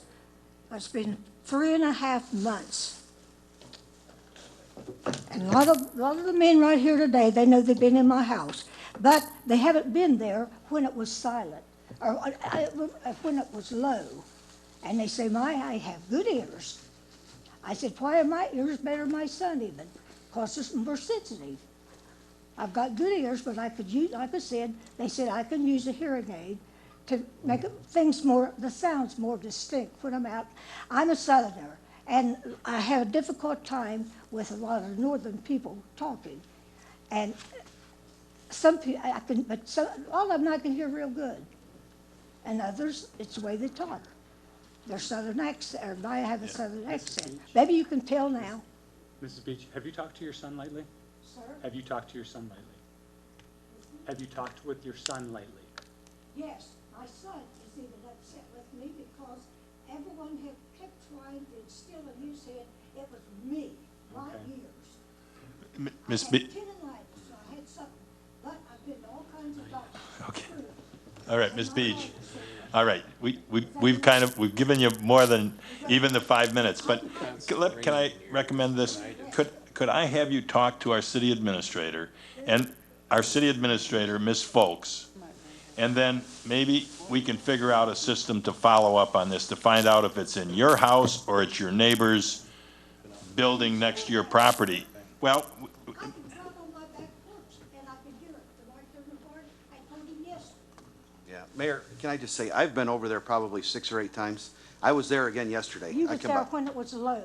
Yeah, and I'm not questioning what you're hearing, but I was by again yesterday, and I have yet to hear it. I've been there You probably can't- 6 or 8 when it's- times. When it's running low, you can't hear it in the barn. It Yeah. has to be roaring Yeah. before I can step out on my back porch and hear it. Well, I want to clarify that it's not a constant noise. It comes and goes. Well, the little motor is.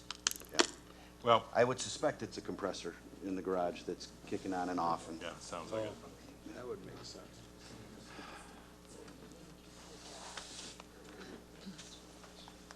Man, we haven't seen this guy in a while.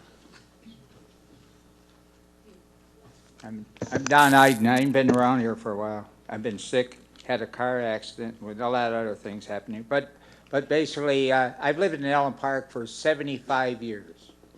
This month, 75 years now, since 1939. And only 2 years that I didn't, I was in service over the South Pacific. But I'd like to, it's possible if I can ask Ms. Parker something? A question, the way I'm going to put it to you is that a yes, no, or no comment, okay? You don't have to go one way or the other. The question I'm going to ask you is this. When we passed this millage, and it came to police, fire, and services only, are you using it just for police and fire services only? Yes, no, or no comment? Yes. All right. Thanks, Mr.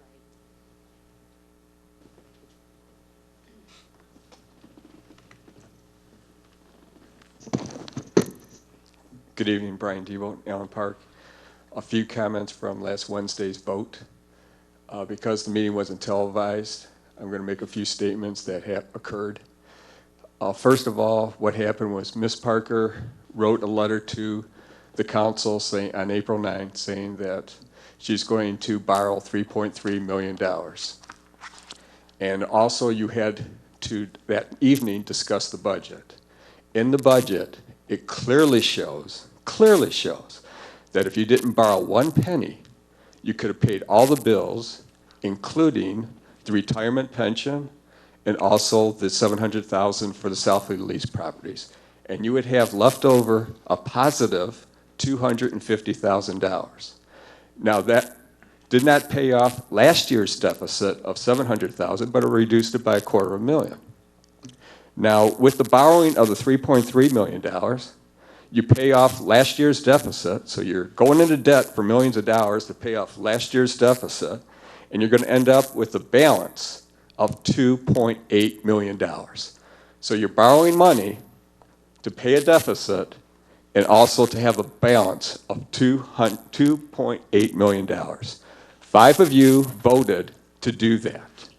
Now, some of the arguments were, well, I don't know what I'm talking about because I'm not a CPA. So obviously, when you take the revenue numbers and you deduct out the expense numbers, it's not really that because it's municipal accounting. There's a lot of tricks to municipal accounting.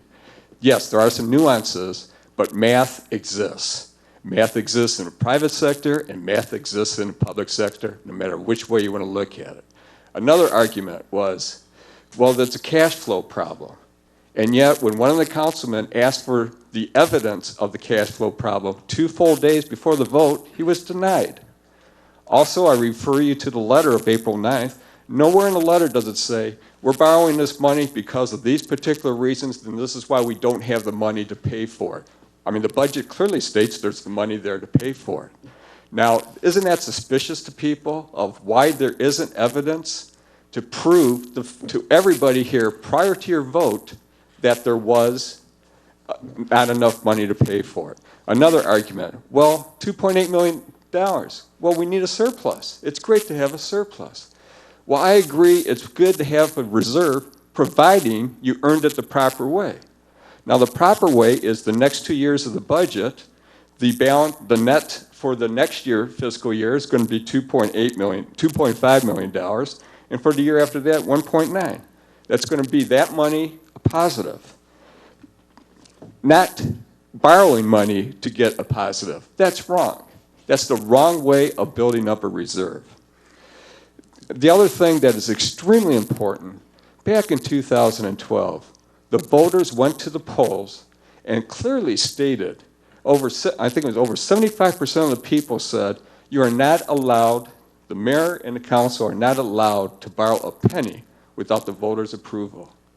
5 of you said, forget this, what the citizens voted for. We don't care. We're going to borrow money. If we want to borrow money, we're going to borrow money. We don't care what your vote was. And they're going to give an excuse that the emergency manager could borrow the $3.3 million if she wanted to. That's correct. However, you could have done something. You could have protested, said, wait a second. If it's a cash flow problem, you really need $3.3 million? No. You could argue to the state or whoever she reports to says, wait a second. Our people in our city said that we're not going to borrow any more money. You're going to say that the state attorney's office, someone in there made a comment. Well, instead of fighting his comment, which is non-binding because it never went to court, you decided to take their say. You could have said to the state saying, no, we're not going to borrow a penny. Our people voted. The vast majority of the people said, no way are we going to ever borrow any money without their approvals. 5 of you said, forget that, thumb in the eye, that we're going to borrow the money regardless of what anybody votes for. I want to thank Mr. Hayes and Mr. DiGiulio for standing up for the citizens. They truly represent what we asked for. For the other 5 of you, when it comes up to re-election time, trust me, this is going to be brought up over and over and over again, that you said to the citizens, we don't care what you say, we're going to do whatever we want. You're going to regret that decision. Thank you.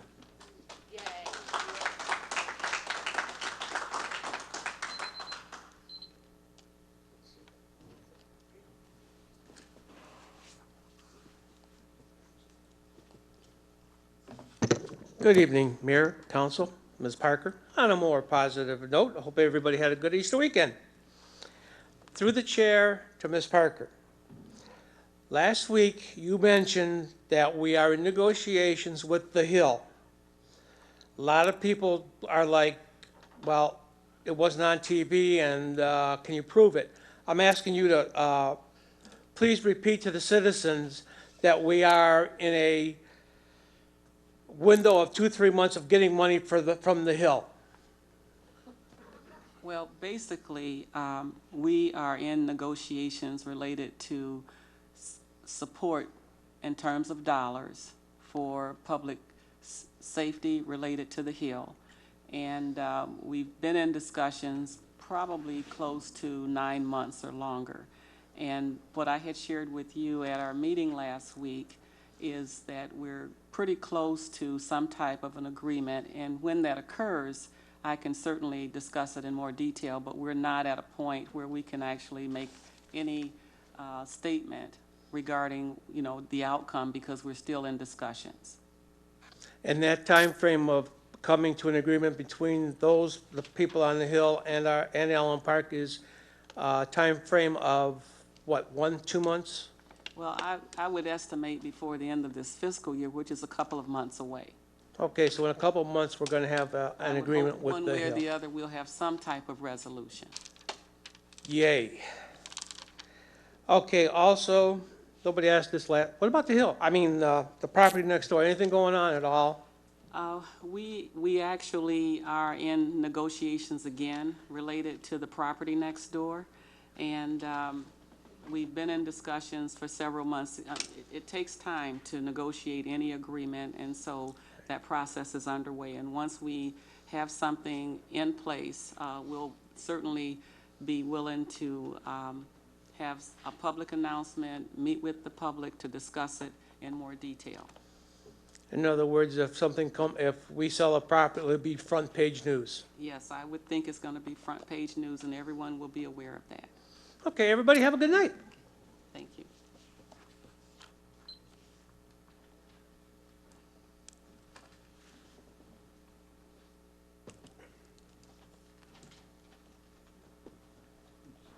Good evening. Russell Pillar, Arlington Avenue in Allen Park. I just have some brief comments or questions.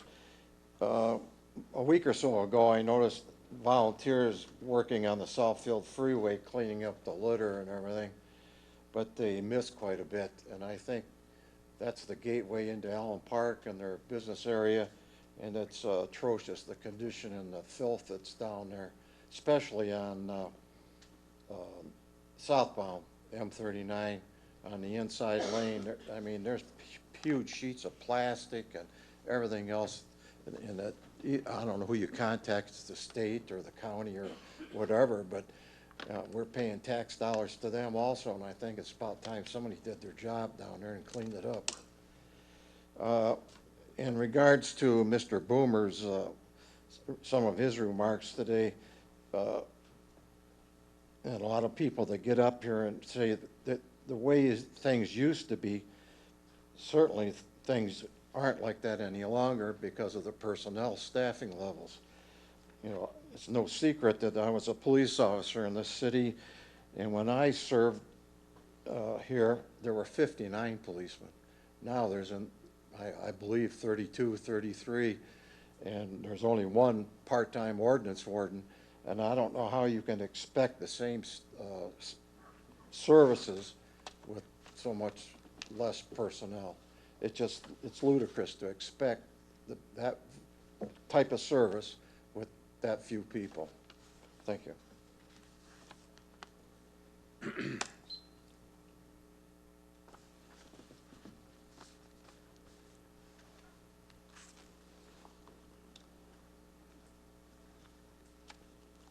Good evening, City Council, Mayor Ray McGusson Quant. Through the chair, Mr. Mayor, to Ms. Parker, are we planning to go ahead and get our street sweepers out to go ahead and clean up our curbs? The city administrator and the Department of Public Service director will be working on getting that process underway, given that the weather has changed and it's warming up, yes. Okay, thank you very much. On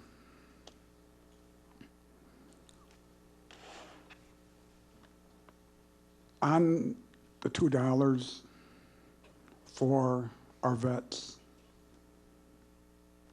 it's a very small amount. I always back my vets up. Here's a $2. Small amount. At least I can do that for our vets, for allowing me to have the opportunity to come up here and talk. I want to thank you, Mr. Mayor, for allowing the citizens to come up here when Mr. Boomer, after his presentation. That was a good time for us to personally ask him face to face and get some very good questions asked to him and good answers. I think when we do that ever again, I think that'd be an excellent thing to do. Then we don't have to wait to the end of the meeting and come up here sometimes we just don't know what's on the agenda. So I think it's a very good thing. I want to thank you for giving us opportunity to come up here and also answering us. Thank you very much. Have a great day.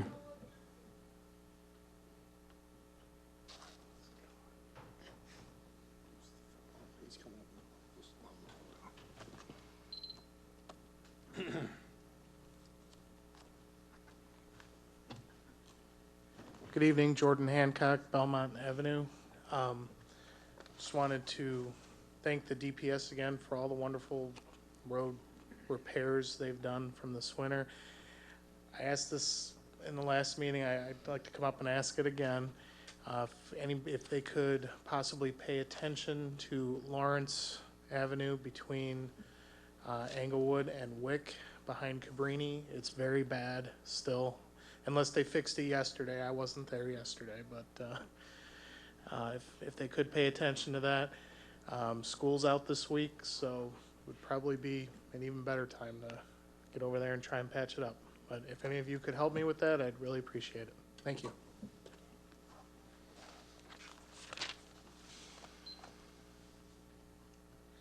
Marcy DiGiulio, Allen Road.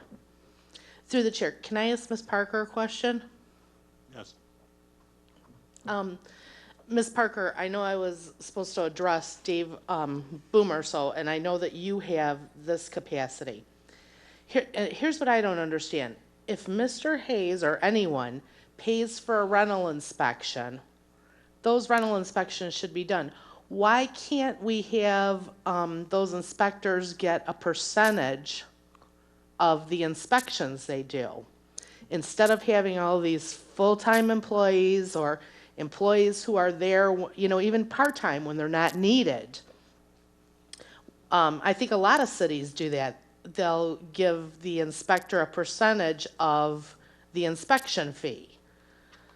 I mean, he shouldn't pay, or anybody shouldn't pay for a rental inspection and it never get done. Hi, are you gonna answer me or you want me to? Well, I don't move know. on? Yeah, I don't know if I can fully respond, but based on the comments that Mr. Boomer made, it appeared to me that part of the reason why the inspections are not completed, for example, if you own several properties, is simply to give the owner of the property, the landlord, some time frame to get the properties up to code. So that might be one of the considerations. With the inspectors that we've had on staff, in some cases they do receive some type of percentage based on the inspection. So the city has been doing that as well in the past. Just recently, there was some changes where we now have a full-time building inspector on staff. And so that process may not be consistently applied. But to answer your question, we do split. We have done that in the past.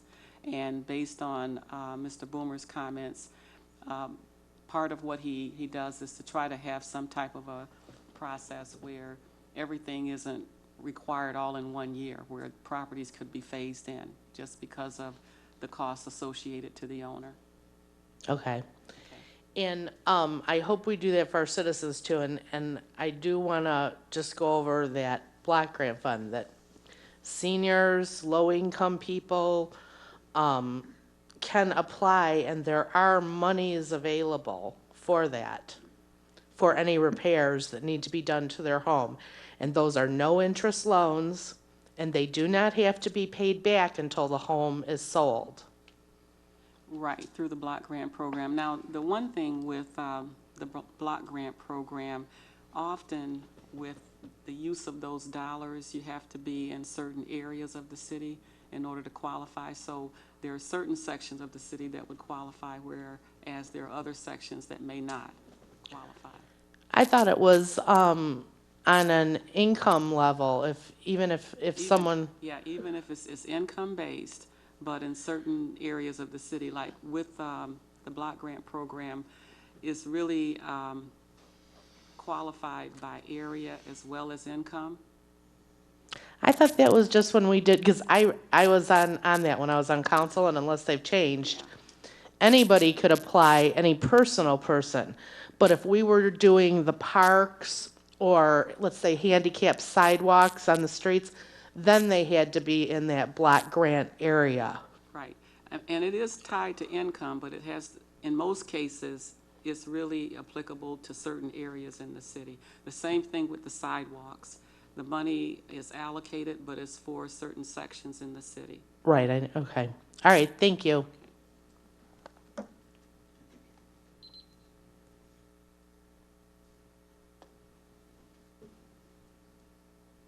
Good evening again, Carl Sim, Allen Park resident. Bob, you mentioned earlier about, you made a comment about volunteer, and I wanted to touch on that. With everything we have going on in Allen Park, I know some of the members of the council are familiar with the Allen Parker on Facebook and even the Allen Park Crime Alerts page. A lot of people, there's a lot of stuff that goes on in them pages talking that's just gets to be stupid, but there's a lot of good stuff that takes place on those pages too. And with the advent of having people involved in that, I think it would be great if we could get someone in a official capacity from the city to get in touch with the administrators of that page. A lot of people do a lot of volunteer work on there. I know, Bob, I've done volunteer work with you, with the mayor. Tina's involved with CERT, all great things. If someone from the city could help those administrators organize events to get people interested in doing, because we all do things like clean up the parks, paint the equipment, but there should be a way of tying that group with the city to get more use out of it.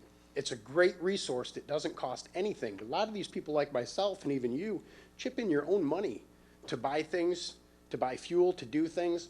I know with the stuff I do, I cut over an acre of grass that belongs to the city just to keep my area of the neighborhood looking good, and I don't mind doing it. And there's a lot of people that would like to do this stuff. I think we need to get it more organized and get more use out of the people that want to put forth the effort to help bring our city up.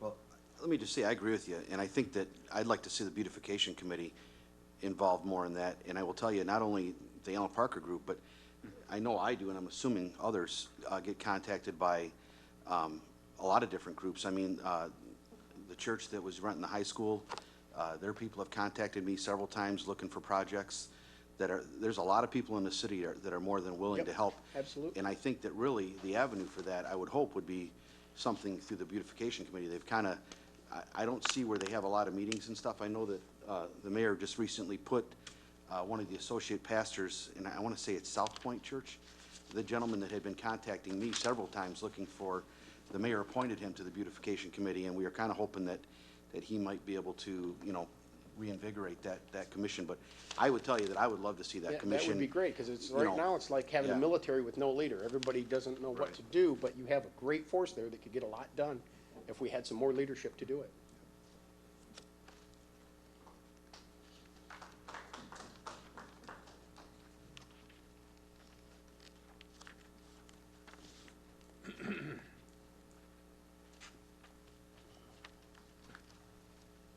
Hello, good evening, everyone. Nancy Nick, Cleveland Avenue. I'm on the historical committee, and I just came up, and thank you, Mike, for putting it on the agendas, the events. So I'm just asking everybody, they're invited to, they're doing a quilt show. Angelica Lutheran Church has let us use their church. We did it last year. We had over 100 quilts, and Sharon Broglin, who's our director, would actually put information on each quilt, saying what year it was made, and maybe some residents brought in quilts, and there was a history of it. It belonged to a great-grandma. So it's really interesting. Tina, I know you were there last year. So I was just inviting everybody. It is Saturday, May 3rd. At the Angelica Lutheran Church from 10 to 3, and all the proceeds do go to the historical house for the renovations and the upkeep for the house. So thank you. Nancy, what time? Oh, I'm sorry, 10 to 3. 10 to 3? Yes. Thank you.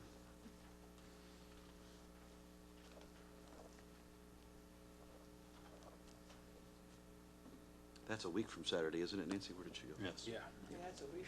Yeah. I see no other citizens coming forward, so we'll go to elected officials, and tonight we start with Councilman Hayes.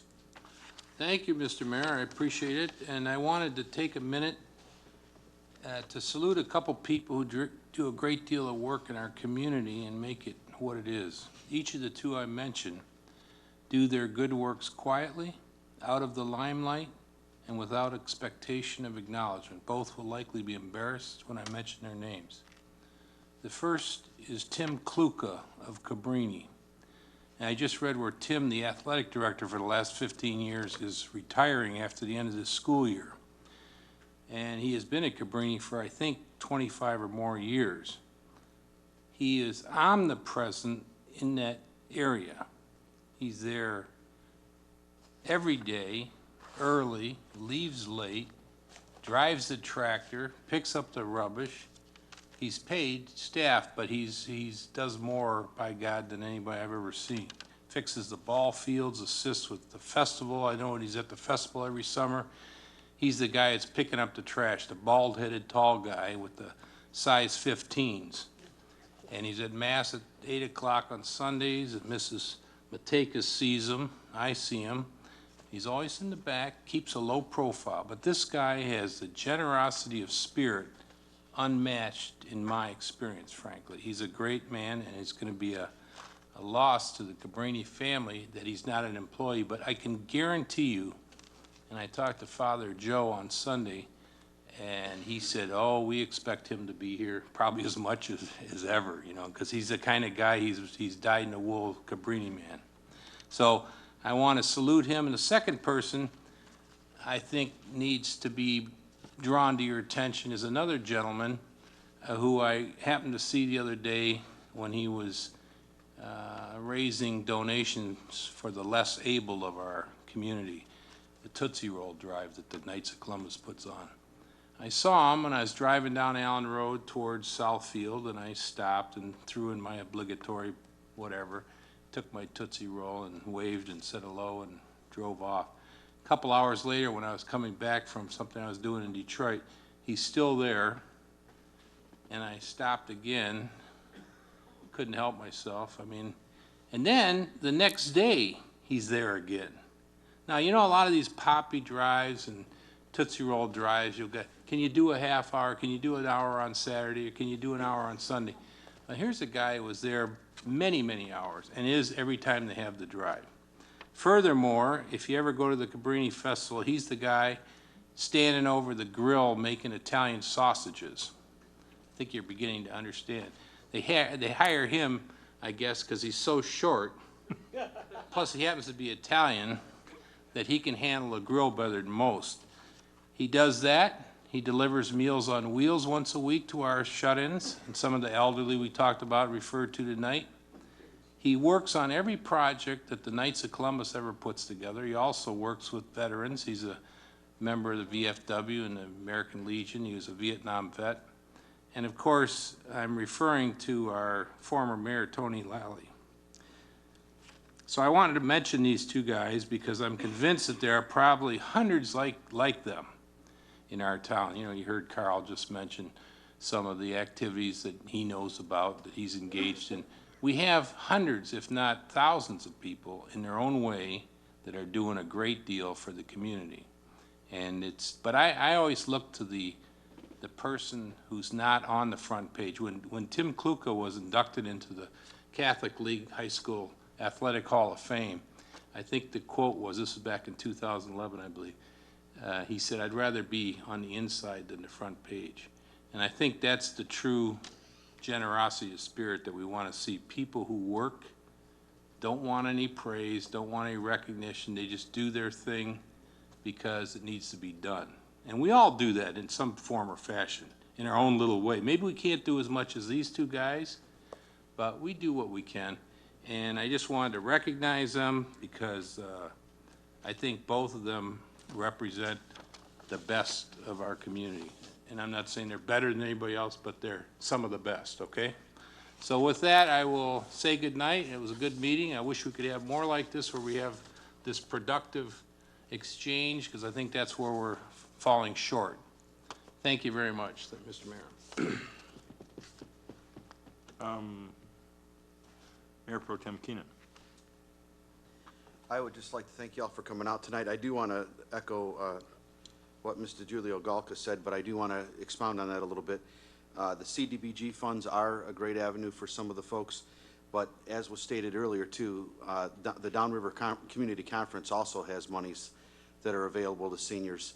And Jim Perry, who runs the Downriver Community Council, is an Allen Park resident here, and they have a lot of programs to be able to cater to seniors and those that are possibly in some of the financial dire straits. So I always want to remind you that the Downriver Community Conference can be a great resource for that. As I stated earlier, you know, I would love to see the Beautification Committee get more active. I know that their funding was cut, but as we've seen lately, as Carl pointed out with the Allen Parkers, a lot of things can get done with very limited funding. And I know that we've got a new store manager and assistant managers at Home Depot. They were out at a function that several of us were at just a few weeks ago, and they committed to helping us on any projects that they're looking for things to help us with. So we can partner up with Home Depot, and I'm sure Lowe's has been good to work with in the past too. So maybe the mayor can reach out to them and maybe get a meeting together where we can all sit down and kind of maybe pave a plan forward, so to speak. I just want to touch a little bit on the vote last week. Several things were brought up tonight. We can split hairs about who saw what, who did what. I had the opportunity, I stated last Wednesday, I had the opportunity to sit down at length with Ms. Parker and Ms. Folks. I was privy to see, or at least be told what the budget was, what the cash on hand it was at the day that I was here. I was content with what I saw to say that we could not make the payments and be out of deficit. We can talk about, what was the right amount, was it 3.3? And again, if I recall, I believe I made the resolution, but it we're not even sure that it's going to be 3.3 because there was potential for some money to come back from the courts, or not from the courts, but for the loan on the court. So the resolution that I made was to take that into consideration if we got any of that money back, to reduce that number from 3.3. I'm not exactly sure where we're at. I think we won't know until closer to May 1st, but for those of us that were up here that actually came in and looked at the information, I'm content with my vote, and I don't ever make any decisions up here based on running for any political office. I don't intend to run, but if I change my mind, that wouldn't have any bearing on any vote I do up here. Every vote that I've ever made sitting up here is based on what I believe to be the facts at the time. Now, I'm not saying that things haven't changed. I haven't regretted some of the things. That's been very minimal. I do my due diligence. I come up here. I spent, like I said, with Ms. Folks and Ms. Parker, probably about an hour, maybe right around there. Got my questions answered. I felt like it was the right thing to do to table the vote at the previous meeting to get some of the answers to some of the questions. And again, in my mind, the vote was simply to concur with her. The loan was going to go through one way or the other. The question was, were we going to make her wait the 10 days to hear from us to see if we could come up with a different plan, and then if we had a different plan, which we did, and there'd be another 7 days, or just to go ahead and let her get it done so that we can meet the May 1st deadline on the payments that needed to be done. So I stand by the vote. I don't have a problem. You can beat me up all day long if you want about it. I'd do it again today if I had the opportunity. I don't believe the citizens, when the citizens voted not to be able to borrow money, I don't believe that they were talking about being able to pay our bills. I think that they were talking about going out and buying $30 million worth of property. I don't know that anybody up here that I've talked to believes that the city of Allen Park should be in the real estate business. And I think that's what the citizens were speaking of. When you bring something to vote, that it's either this or nothing. And that's just my feeling. Maybe I'm wrong, but that's people I talk to out there. Some of the people that come up to the microphone and want to speak think that they're representative of the 28,000 people in Allen Park. That's not been the case to the people that I've talked to. So everybody has their different people, I guess, and different thought process. So anyway, again, the Historic House Quilt Show, I've been to that a couple times over the years, and I never reset the time for the other. But anyway, I'm done. I just would ask you to come out for that. Thanks. Councilman Cisco. Thank you, Mayor. Maybe I can echo a little bit what Mr. Keenan has said a little bit here, is that basically the decision for the money is Ms. Parker's. We just gave her some extra time so she wouldn't have to wait. It was the right decision. It needed to be paid. And if we go back, when we passed the police and fire safety millage, you know, that was a 70 to 30% vote, 70 to 30. Overwhelming. That the people in this city, the majority of the people in this city wanted to maintain our police and fire services. They didn't want the city to go down farther. That's how I looked at it. I think that's how the majority of the people looked at it. You know, there are people in this room that wanted bankruptcy. There are still people in this room that want bankruptcy. And part of what they want to do is to get to those pensions. That's what it's all about. So when you hear the same people coming up and saying the same things, it is that far-right, ultra-conservative voice that's out there. And they do have their points. I'm not going to deny that. But the fact is, Allen Park is not a far-right, ultra-conservative town. It's not.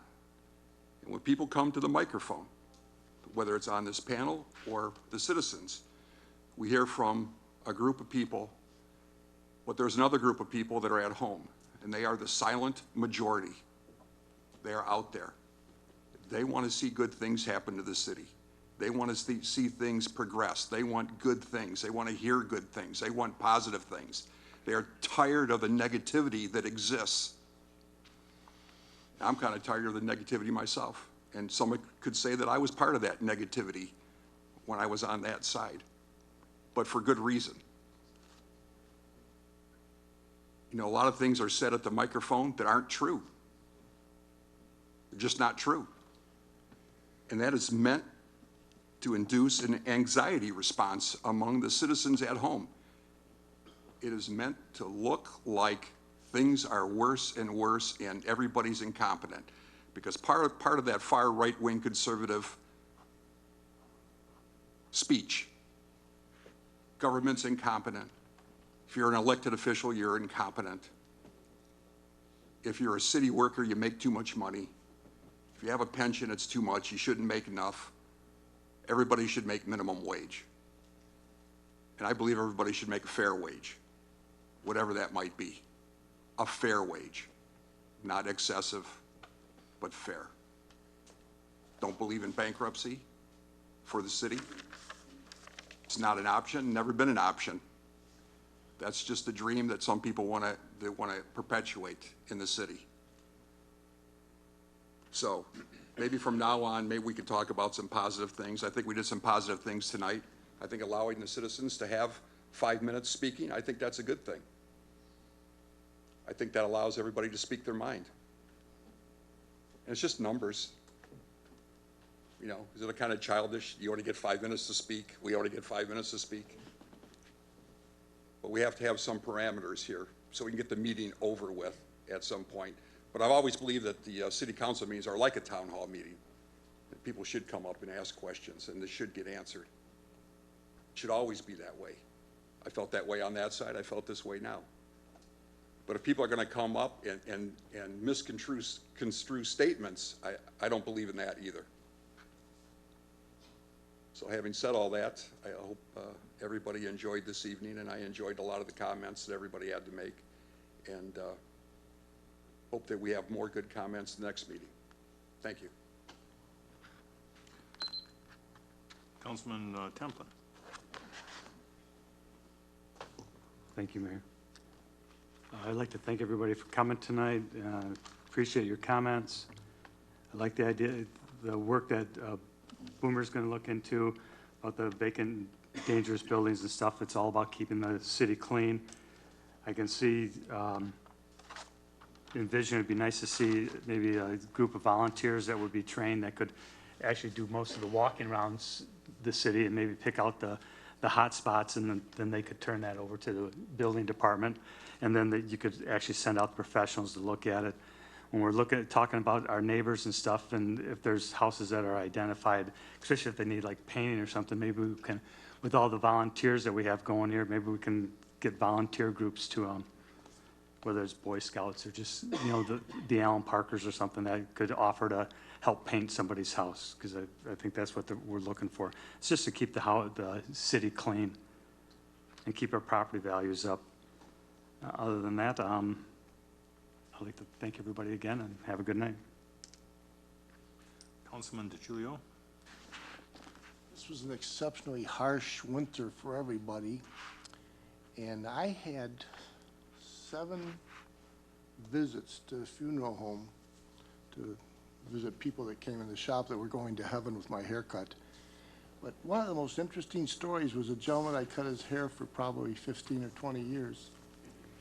He had said to me, he said, you know, I was kind of mean to my wife, he said, when we were young and she left me. He said, and about 30 years later, I got to thinking what a great woman she was and what a good person. He said, and I went to the cemetery where her parents were buried and could tell the grave was taken care of so nicely, and left my name and phone number there and asked her to just please call me. And they remarried and spent 20 years together. Neither one of them had ever married after they had divorced, and they had never seen each other. And I always thought, what a great story, you know, what a decent human being. His life changed when he was 60.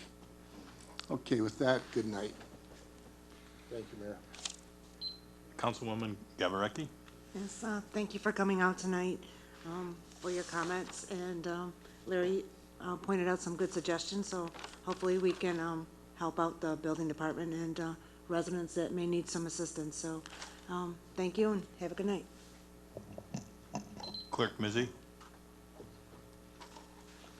I'm not going to use the 5 minutes here, but real quick, I just want to touch down on Mr. Hayes. You touched it perfect with Mr. Kaluka, but I want to say it's over 30 years, because I remember him when I was in Cabrini grade school, and now that I'm thinking, since you said it, the sad part is, God bless him, but I don't think he ever had hair as long as I remembered him. So, but he is one of the most devoted people I've ever seen in my life, and I got to see him in action quite a bit going through Cabrini. But other than that, I want to remind people that we have been filming the meetings. However, I also want to say that for the meetings you did miss over the Monday and Wednesday's meeting, they are on the News Herald website. So anyone at home, because we don't film special meetings or work session, but for at home, you could go to the News Herald website and you can watch those meetings in full. Also, I was asked by the Friends of the Allen Park Libraries to announce the book sale at the middle school, May 2nd and 3rd. And again, I want to point out, they take care of all libraries. Some people say, oh, well, don't they have Allen Park? No, it's any library, public library in Allen Park. They are collecting books right now for that drive in the clerk's office and at the community center. So please make any effort. Every day we're finding more books of one of my sons or mine or my wife's. They can really use them. I mean, I know when you pay for a hardcover book, it's kind of hard to let it go, but it's really doing no good sitting there collecting dust. I mean, we really should recycle books. But also I want to let people know that petitions are available for school board races, and I know for certain Allen Park School District, I have to double check Southgate and Melvindale, but the time to pull petitions is now. There was a deadline for all other offices. The only local one really was the 24th District Court Judge race, and that is, as of 4 p.m. today, it was just John Courtwright, so there is no opponent there. I'll be giving more election updates as the day comes by, but I got to do my usual plug. Michigan.gov/vote, it really is an amazing website, whenever you have time. Just go there, and a lot of it isn't there yet because they're still building up to the primary, but it tells you where you vote, what you voted on. It gives you so much information. It gives some of it I can't give you because it will refer you to candidates' web pages, which I completely shy away from because it's not my duty, but here they have venues to find them, and you can really get to know what's going on, not just with the candidates, but with the issues. With that being said, I'd like to thank you all for coming out tonight. God bless you and good night. Treasurer Armstrong. I'd like to remind everyone that there is a second stage visioning meeting on Monday, the 28th, where we will be discussing or getting together in groups various projects within the city, and one of them happens to be the beautification. We are looking for volunteers or suggestions, any ideas we can go with. So I encourage anyone who wants to get out and help to be there between 5 and 8 at the community center. And on that note, have a good evening and thank you for coming. City Administrator Folks. Thank you, Mayor. I'm just going to echo what Treasurer Armstrong just spoke of, and that is the second stage of our visioning project for the city of Allen Park. And we will be grouping into 7 different task force discussion groups. And all of that input that you were so helpful in providing the city at the March 1st visioning event, all of that will be brought to you. You'll get an opportunity to prioritize it into short-term, long-term, and low-hanging fruit.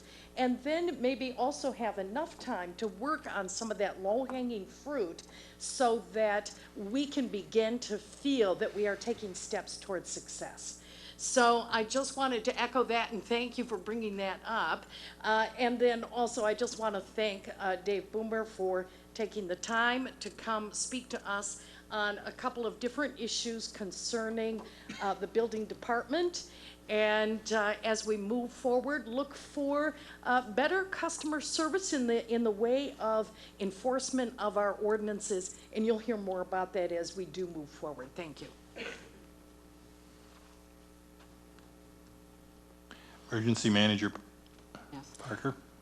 As our city clerk, Mr. Mizzi, had mentioned, we do not at this point televise study sessions for the city council or special meetings. And last week we did have both related to the city's budget. And in addition to the study session with the council, next week we will actually have a public hearing on the 30th of April related to the city's budget. For those that have an interest in coming out, or if you have questions, I would ask that you attend the public hearing. The public hearing will take place at 6 o'clock here at City Hall. But getting back to the meeting last week, the meeting was held primarily by the city council to give consideration to a memorandum that I submitted to them regarding the option of an emergency loan to address a couple of issues, one related to debt service for the Southfield lease properties, and the other related to an outstanding amount that's owed to the pension system. That amount had been outstanding since 2012. And so in order to address the two issues, notification was given to the council. The city council then scheduled a special meeting to discuss whether to agree or disagree in moving in that direction. Basically, the reason why the emergency loan was being considered is to allow the city an option. Certainly, we may have a positive fund balance come year end June 30th, but at this point, we're not certain of that. It's clearly a projection. And then secondly, the decision to consider the loan was based on a recommendation from the city's financial advisor, as well as the firm that assists the city with accounting and auditing services. To a great extent, to not take that approach would have required perhaps another action with the retirement system as far as entering into an agreement with the system to make arrangements for the payment related to the pension program. Part of what had been requested of the city is under that agreement to pay an interest rate of 7.5%, and the option of the emergency loan would have an interest rate closer to 2%. And then the other requirement would be to sign an agreement that would allow the pension system, if, for example, the city defaulted on the payment, to go into court and get a judgment levy, which would go on the tax roll. So given the fact that we had more than one option available, it was the advice of our consultants, those that work on behalf of the city, to consider the emergency loan. Certainly, we'll have to go through a process in order to receive the approval, and hopefully we will receive that approval. The other part related to the Southfield lease properties is an amount certainly that the mayor had indicated if, for example, we're able to generate additional funds to offset the amount with the additional funds related to the building fund for the city. And so I just wanted to take the time to clarify what we're doing, why we're doing it, to try to pay the full amount out of the city's general operating fund and not know what that fund balance will be at the end of this fiscal year could put the city back into a deficit. And I'm a conservative manager, and I would much rather have an option versus putting the city into a deficit situation. So I just wanted to clarify that. Secondly, we are having discussions right now related to options for another location for City Hall. And I would like to ask members of the council if they might consider either another work session or a special meeting around the April 28th or May 7th date in order to have a discussion related to those options. April 28th or the 29th? The 28th, must be the 29th. Okay. It's a Tuesday. Yeah, the 29th. And the other date is May 7th. Which is a Wednesday. Right. Through the chair, if you guys want to talk about it and then get back to me. Okay, we'll look So you don't have to for the 29th, but there's a second item for that, Right. which will be the first item on that agenda, will it Right, not? there's actually two items, one related to options for City Hall, and then the second item is in reference to the Melvindale School District, and a proposal that they would like to present to the city.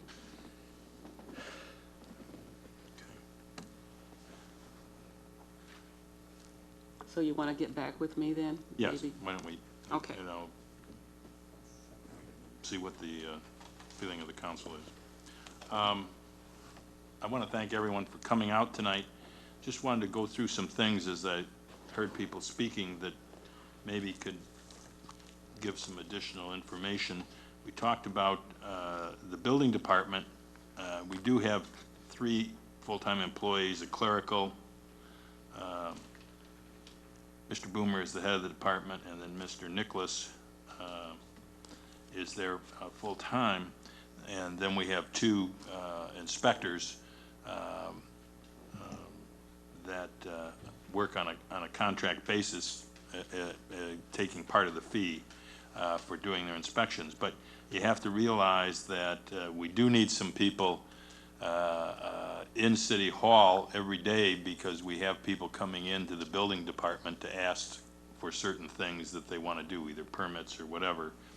And we need people that understand our building codes and can advise them, as well as Mr. Boomer and Mr. Nicholas also have to advise the Planning and Zoning and Zoning Board of Appeals when we have people who come before those commissions to ask for approval of certain plans or certain relief from our ordinances in the case of the Zoning Board of Appeals. So we do need some people on more than just a contract basis that are available to the citizens, the business people of our community. Also, somebody talked about the Attorney General opinion on the 2012 citizen petition on restricting the ability of council to borrow money. That Attorney General opinion really went to the governor. The governor has to approve all communities' charters and charter amendments. And the governor, upon receipt of that letter, sent the city of Allen Park a letter and said the charter amendment had been turned down. So he didn't approve it. It is not officially a part of this community's charter. We talk about pensions, and there's some issue as to whether the municipal model can really continue under defined benefit plans and some of the other things that we have. Given the retirement ages that our police and fire units and even some of our DPS people, and they earn those retirements at 52 or 53. I think, I don't know many people in their 50s that could run into a burning building or run down a dark alley after somebody at night. So I think, but I want to point out one thing about pensions. We want to yell about their pensions. But if you notice the bankruptcy in Detroit, the one thing that really isn't being touched are the municipal pensions. They're taking away police and fire, they're limiting their cost of living, and the other one maybe has a slight reduction in what they can get as improvement factors. But those pensions are pretty true. And then we say, well, and we have a state constitution that protects pensions in this state. But the interesting thing is, if you remember back to General Motors bankruptcy, the one thing that didn't get touched in the whole bankruptcy proceeding was hourly pensions. Those came out pretty much intact. Now, they had to take some different kind of funding, but they were able to keep their pensions intact with that different kind of funding. And then for private pensions, when a company fails, let's take one of the biggest here that failed, Great Lakes Steel. Pension Guarantee Board, created by the federal government, comes in, doesn't replace 100% of the pensions, but it does try and protect people when a corporation fails to be able to make its obligations. So pensions have a particular place in American law that we really try and protect. And when you think about it, when you get to that age that you can draw your pension, generally means it's pretty hard for you to go out there and work again. So you don't want those pensions to be kind of willy-nilly being able to taken away or changed. So I hope people will keep that in mind as we look at those things. The last thing, Mr. Boomer did not mention it, but I will, was we've had some people complaining about the sign enforcement of one particular person who doesn't seem to be able to get the concept of temporary signs and that. We've been in court with him since January. And I think a hearing's due. Let me through the chair, yeah, just through a chair. It is not, yeah. A ticket was issued in January, however, it's just, the court proceedings are just starting right now.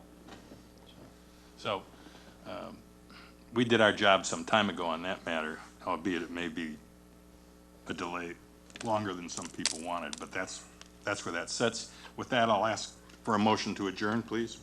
Motion. Supported. Moved by Mr. Hayes, supported by Mr. DiGiulio. All in favor signify by aye. Aye. Opposed, same sign. We're adjourned.